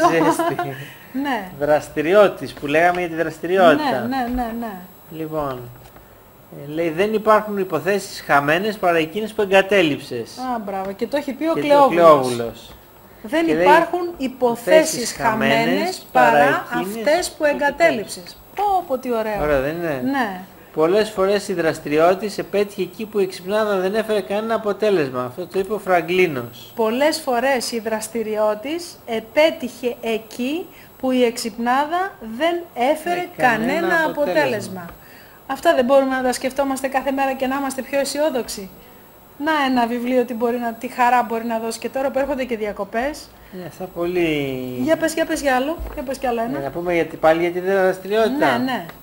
Λέει, αυτό δεν το καταλαβαίνω όμως. Ο κυριότερος όρος της δράσης είναι η τάξη. Ο κυριότερος όρος της δράσης είναι η τάξη. Αυτό το έχει πει ο Τολστόι και λέει το εξής. Ότι αν δεν βάλεις μία τάξη στη δράση σου, δηλαδή ξεκινάς το πρωί να κάνεις τις δουλειές σου. Αν θες πεις ότι θα πάω πρώτα να κάνω αυτό, εκείνο και αμολυθείς έτσι, δεν θα ξέρεις τι να πρωτοκάνεις. Άρα δεν θα έχεις δράση, θα έχεις αταξία. Μετά ένα άλλο που λέει η δράση που θα διαλέξεις πρέπει να εξυπηρετεί ένα κοινωνικό σκοπό. Λέει ο Σάρτ. Ναι. Και ο Καζαντζάκης λέει ο άνθρωπος για να δράσει πρέπει να είναι πεινασμένος. Άρα μιλάει για τα κίνητρα. Ναι. Να έχει κίνητρα. Ναι, πεινασμένος δεν σημαίνει απαραίτητα... Από φαγητό να έχει διάθεση δηλαδή, να κάνει κάτι. Δεν βλέπω να έχει πάρει τηλεθεατής για τη σπαζοκεφαλιά που είπαμε. Ναι, φαίνεται ότι τεμπελιάζεται. Τεμπελιάζεται και όχι τίποτα άλλο. Το ξέχασα να το ρωτήσω και στους προηγούμενους τηλεθεατές που πήρανε, αν τυχόν έχουν μία απάντηση. Αυτό λοιπόν δεν ξέρω τώρα, επειδή πλησιάζει και ο χρόνος μας σιγά σιγά προς το τέλος, βλέπω ότι πρέπει να το εξηγήσουμε κατά κάποιο τρόπο, αν και εφόσον μπορούμε, γιατί πραγματικά είναι ένας τρόπος σκέψης. Ναι. Έτσι, απλώς τρόπος... δείχνει ότι η πραγματικότητα αλλάζει ανάλογα με τη μέθοδο. Με το σημείο που τη βλέπεις. Από πού τη βλέπεις, από το σημείο... Και την τάξη που διαβάσαμε λίγο πριν. Έτσι. Είναι η σχετικότητα που λέμε. Ναι. Άρα τι γίνεται, για να το πούμε πάλι. Λοιπόν, ξεκινάνε 3 φίλοι και πάνε να πιούνε μια πορτοκαλάδα.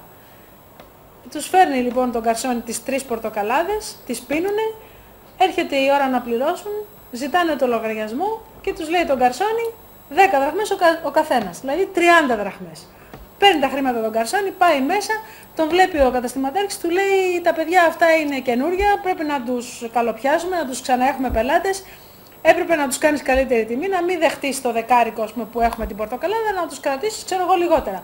Πάρε 5 δραχμές και να τις μοιράσεις στους 3. Τα παίρνει λοιπόν το γκαρσόνι, στο δρόμο σκέφτεται 5 δραχμές δια του 3 δεν βολεύει, άρα θα βάλω τις 2 δραχμές στην τσέπη και θα μοιράσω τις 3 δραχμές. Που σημαίνει τι, 25 και 3, 28 και 2 δραχμές που έβαλε στην τσέπη, Όχι, τι είπα. 25 και 2, 27. Και 2 δραχμές που έβαλε στην τσέπη, 29. Η μία δραχμή τι έγινε? Ναι. Εδώ είναι το ερώτημά μας. Για πείτε μας, η μία δραχμή τι έγινε λοιπόν? Να το πούμε λίγο. Δεν γίνεται με τίποτα. Όταν έχουμε, θα το πάρουμε τη γραμμή και θα το απαντήσουμε. Λοιπόν, εν τω μεταξύ σκεφτείτε και άμα σκεφτείτε κάτι, πάρτε μας να μας το πείτε. Καλησπέρα. Ναι, καλησπέρα. Καλησπέρα κύριε Νικόλα. Ναι, είσαστε μανούλα στα να πω ήλια. το τραγούδι που λέει μια ζωή περιμένω μα δεν γίνεται τίποτα. Περιμένω το τηλέφωνο, όλοι Πάντα μιλάνε. γίνεται, πάντα γίνεται. Όλοι Να που μιλάνε, εγώ δεν έγινε. μπορούσα να μιλήσω. Να που έγινε. Λοιπόν, Γεωργία μου, Ναι. θέλω να πω, είπατε πάρα πολύ ωραία πράγματα απόψε και ο κύριος Κουμπεντάκης, συγχαρητήρια. Ευχαριστώ. Ήθελα να πω μωρέ με τα που είχε ο γιατρός με τα μικρόβια κλπ. Ναι, Είχα ένα ωραιότατο σκυλάκι, ναι. το μίλαγες και σε κοίταζε στα μάτια, μόνο που δεν μίλαγε. Ναι. Και πήγα και το βρήκα λοιπόν στο ξεχικό ψόφιο του καημένο. Πού, Τώρα πού? ή το πάτησε αυτοκίνητο Άμα. ή το φωλιάσανε, δεν ξέρω. Από. Και το βρήκα ψόφιο. Και δεν βρέθηκε ένας άνθρωπος να ρίξει ή να το πάρει την ώρα που το χτύψες ή το φόλιασες. Να το ρίξει λίγο κομματάκι. Πήγα και το βρήκα γεμάτο μύγες και σκουλίκια. Και τα χτυπάνε τα σκυλιά. Πάρ' το ρε κύριε, το έκανες το έγκλημα. Πάρ' το πιο πέρα. Είναι τραγικό κύριε Ρίξε Νικόλα λίγο αυτό, κομματάκια δυστυχώς. πάνω. Τουλάχιστον να μην πάει. Σαν το Δυστυχώς. σκυλί στα μπέλ που λένε οι παλιοί. Και Αλλά είναι, λίγο είναι χώμα. μια πολύ καλή, είναι ένα θέμα που ήθελα Να να το θέσω. σαν τα Δηλαδή χώμα. αν ένας πολίτης, ένας απλός Ζώο πολίτης. είναι. Τα ζώα των άνθρωπων έχω Θεό. Ναι. Τα ζώα των άνθρωπων έχω Θεό. Εγώ ξέρετε προημερών βρήκα ένα περιστεράκι σκοτωμένο και περνούσαν τα αυτοκίνητα και δεν δίνανε καμία σημασία. Ναι, πάντως, μια Ήθελα άκρη. να το πάρω και να το θάψω, αλλά δεν είχα που να το θάψω γιατί ήμουν μέσα στην πόλη. Μα Και αυτό κοίταξε να δεις. αναγκάστηκα και το πέταξα σε ένα κάδο. Με σκουπίδια. Βέβαια λυπήθηκα πάρα Και πολύ. αυτό αλλά κάτι θέλω είναι. να... Και αυτό προκειμένου να πάνε οι μύγες. Γιατί η μύγα θα πάει και θα πάει στο πιάτο του μετά, στο παιδί του. Ναι. Γιατί την ίδια ζημιά την κάνει. Πρέπει να κάνουμε Την ίδια μια... ζημιά που θα Ναι. πάθει αυτός από αυτό που έκανε, θα πάει στο πιάτο του, στο παιδί του. Θα Σίγουρα, πάει το σίγουρα. παιδί. Η Είναι μύγα, ένα το θέμα μικρόβιο. τρομερό αυτό που σηκώνει πάρα πολύ συζήτηση και καλά που το Πρέπει, δηλαδή έγινε ό,τι έγινε ένα ατύχημα θες. Μην το συνεχίζουμε, ναι. Να σταματήσεις λίγο πιο Ναι, πέρα. ναι. Ρίξε λίγο χώμα πάνω. Αυτό θα λιώσει. Να μην μαζεύονται μύγες και σκουλίκια με συγχωρεί και τέτοια. Ναι. Είναι ένα θέμα Είναι. που θα το κάνουμε Εδώ ο ολόκληρη... άνθρωπος πεθαίνει και γίνεται ολόκληρη τελετή. Θα το θάβουν μες στο χώμα κλπ. Ναι. Και Κύριε αυτό το Νικόλα, ζώο. έχουμε γραμμές. Αν Άντε, θέλετε κάτι αυτά άλλο... που είπες εσύ για τον πυροσβέστη και την τουλούμπα, Ναι. το ξέρω από έξω και ένα εκατοντά. Αλλά δεν Ωραία. το δώσανε με ένα γραμμή. Περιμένω τίποτα. Εντάξει, δεν Άντε. πειράζει. Δεν Να που πειράζει. βγήκατε τώρα. Εντάξει, κύριε Άντε. Νικόλα, καλό βράδυ. είστε καλά, μια άλλη Γεια φορά. σας. Να πάρουμε την άλλη γραμμή. Καλησπέρα. Καλησπέρα. Ναι, να μιλάτε. Ορίστε. Ναι, να μιλάτε. Ναι. Στην πρώτη φορά συγχαρητήρια για την εκπομπή σας, Ναι. αλλά θα ήθελα Ναι. να γράψετε κάτι και να βγάλετε ας πούμε ένα συμπέρασμα το οποίο ας πούμε είναι σαν quiz. Μπορείτε να γράψετε Ναι, για πείτε. 1, Ναι. 2, 3, 4, 5, 6, 7 Ναι. και 9. Ναι. Και θέλω να μου βρεις το άθροισμα Ναι. 7. Τι πράξη θα κάνετε? Δεν ξέρω, για πείτε μας. Για πείτε μας. Το 1, το 1, το 2, το 3, το 4, το 5, το 6, το 7 και το 9. Ναι. Και τώρα θα κάνετε κάποια πράξη Ναι. να μου βρείτε το 7 συνολικός. Ναι. Τι θα κάνετε? Πρόσθεση και αφαίρεση. Δεν γίνεται, δεν ξέρω τι θα κάνει. Άμα δεν είναι, στο τέλος να μου το... Να το γίνει βρείτε, μια να πράξη πάρω και το να τηλέφωνο βγει να τι σας πω. 7. Ναι. 9 μείον 2. 9-2. Πρόσθεση και Ναι, αφαίρεση. πολλαπλασιασμό θα κάνετε, να σας το πω έτσι. Α, για πείτε μας. Άμα, κοίταξε να δει, εγώ θα σου το πω τώρα. Ναι. Θα πολλαπλασιάσετε το 7 με το 9. Ναι. 7-9, 63. τι θα βγουν τώρα άμα είσαι στο κομπιούτερ εκεί πέρα? 7 δεν θα βγουνε? 63 βγαίνει 6 και 3, 9. Πού βγαίνει το 7? Όχι. Τι? 7-9 γίνεται 63. Ναι. Με το 63 δεν το πολλαπλασιάσεις και θα βγουν 7 όλα. Α, μάλιστα. Εντάξει, Εντάξει. τίποτε θέλεις να βγάλεις, Ναι. θα το πολλαπλασιάσεις με το 9. ή 4 θέλει να βγάλει, ή 3, ή 5, ή 6, ή 7, ή 8, θα δούμε. Ωραία. 8-9-72. Ναι, αλλά πρέπει να έχουμε κομπιουτεράκι, τώρα δεν έχουμε. Αλλά είναι ωραίο. Να το ξέρετε.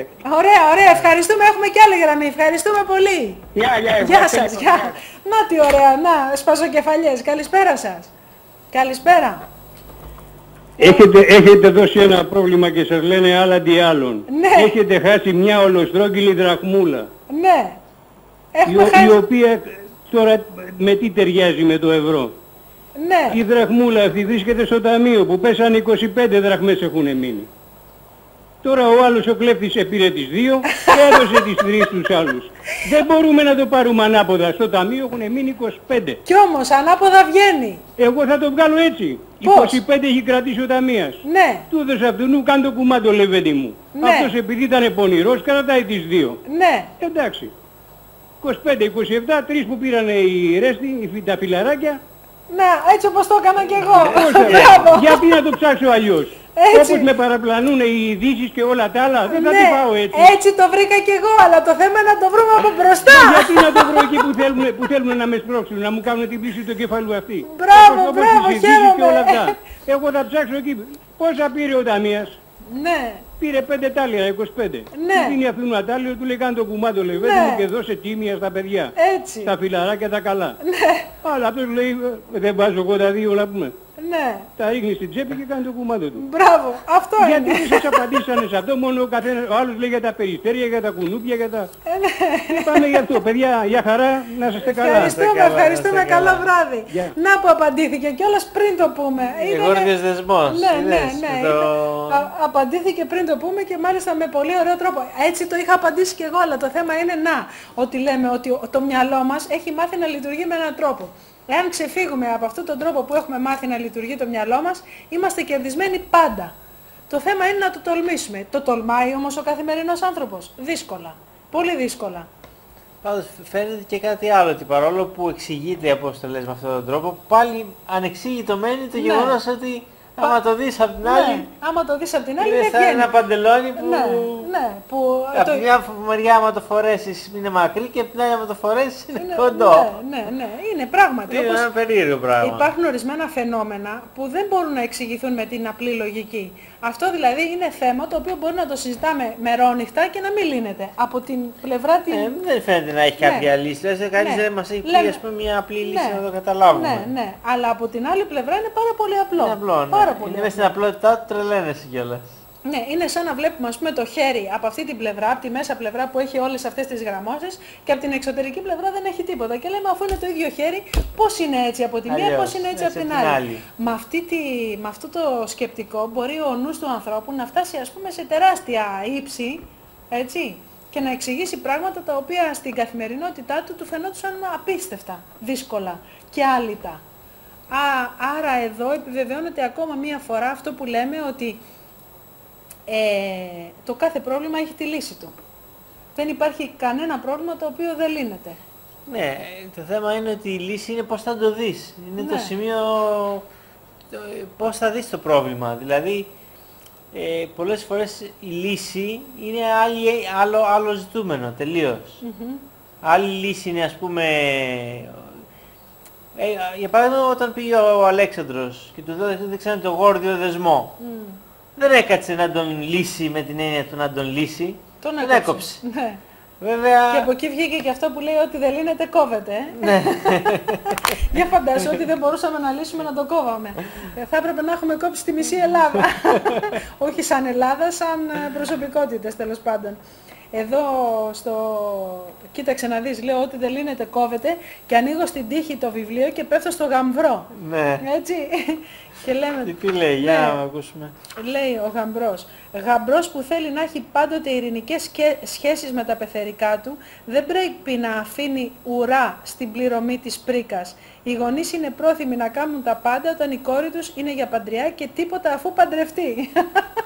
Δηλαδή ίσα ίσα να την ξεφορτωθούν και μετά νύπτω τα σχήρας μου, δεν ξέρω τίποτα.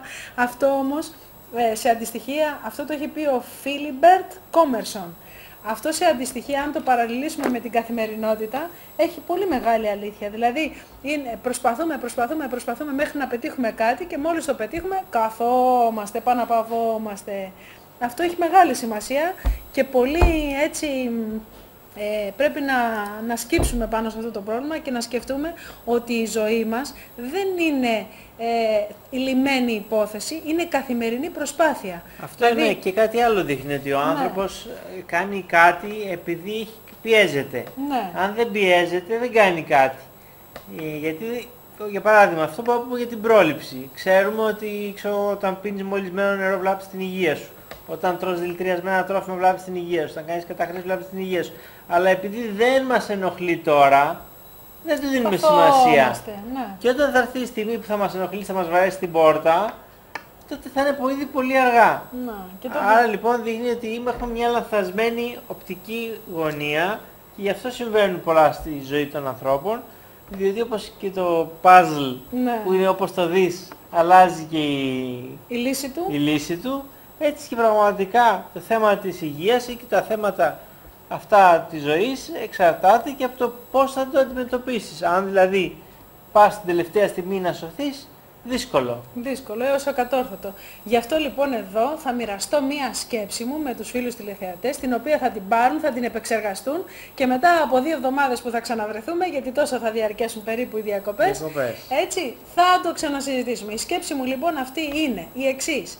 Η κακή συνήθεια είναι η καλύτερη καλή συνήθεια. Η κακή συνήθεια είναι η καλύτερη καλή συνήθεια. Αυτό τώρα μπορεί να το ακούσετε και να γελάτε, έτσι. Όμως αν εμβαθύνετε, όπως εμβάθυνα και εγώ και εδώ με τον Τάσο που το συζητήσαμε, θα δείτε ότι πραγματικά είναι αυτό που λέμε ουδέν μονιμότερο του προσωρινού. Λέμε άστο, αυτό δεν πειράζει, το κάνω τώρα, βάλω το εκεί και όταν θα έχω χρόνο το φτιάχνω. Αν δεν που το φτιάχνω, όταν βάλω κάτι ας πούμε και το αφήσω, μένει. Άρα η κακή συνήθεια είναι η καλύτερη καλή συνήθεια και νομίζουμε ότι είναι και καλή συνήθεια.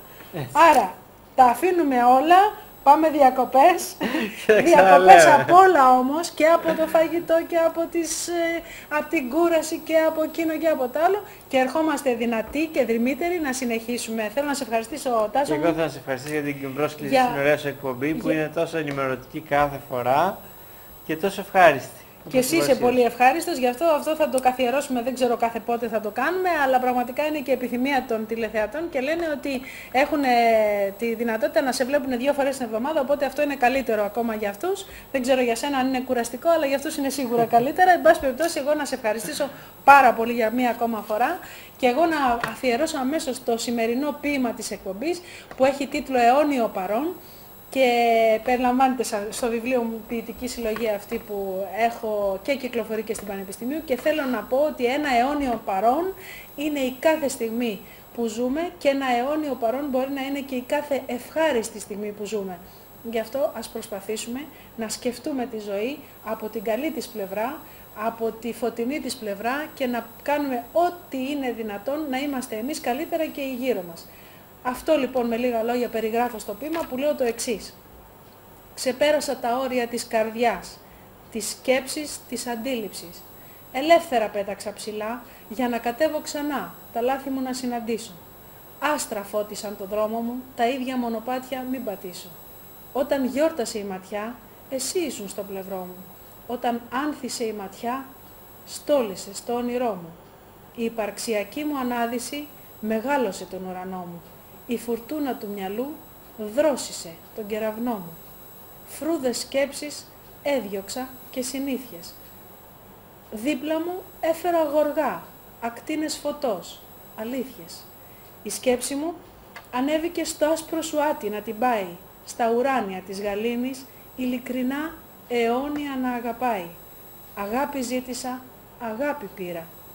Αγάπη έδωσα να δυναμώσω. Μες στο αιώνιο παρόν θα ζούμε να αγαπούμε. Λάθη από το παρελθόν ποτέ δεν ξαναζούμε. Στον ατέλειωτο δρόμο της αγάπης, της εξέλιξης περπατάμε. Γνώμονα έχουμε το φως, στα ύψη της αγάπης να πετάμε. Γέννητο, έτσι είναι. Η πρόθεσή μου είναι αυτή. Να σας ευχαριστήσω όλους και όλες που είσαστε απόψε κοντά μας. Να ανανεώσω το ραντεβού μετά από 3 εβδομάδες. 2 θα περάσουν, την 3η θα είμαστε μαζί πρώτα ο Θεός. Θέλω να ευχηθώ χρόνια πολλά σε όσους θα γιορτάσουν την Τρίτη που είναι η μεγάλη μέρα της Παναγίας μας. Εύχομαι να είμαστε πάντα στην αγκαλιά της και να μας φωτίζει και να μας βοηθάει. Να έχετε ένα καλό βράδυ και όπως πάντα να αγαπάμε, να χαμογελάμε και να προχωράμε πάντα δυνατοί. Γεια σας και καλό σας βράδυ.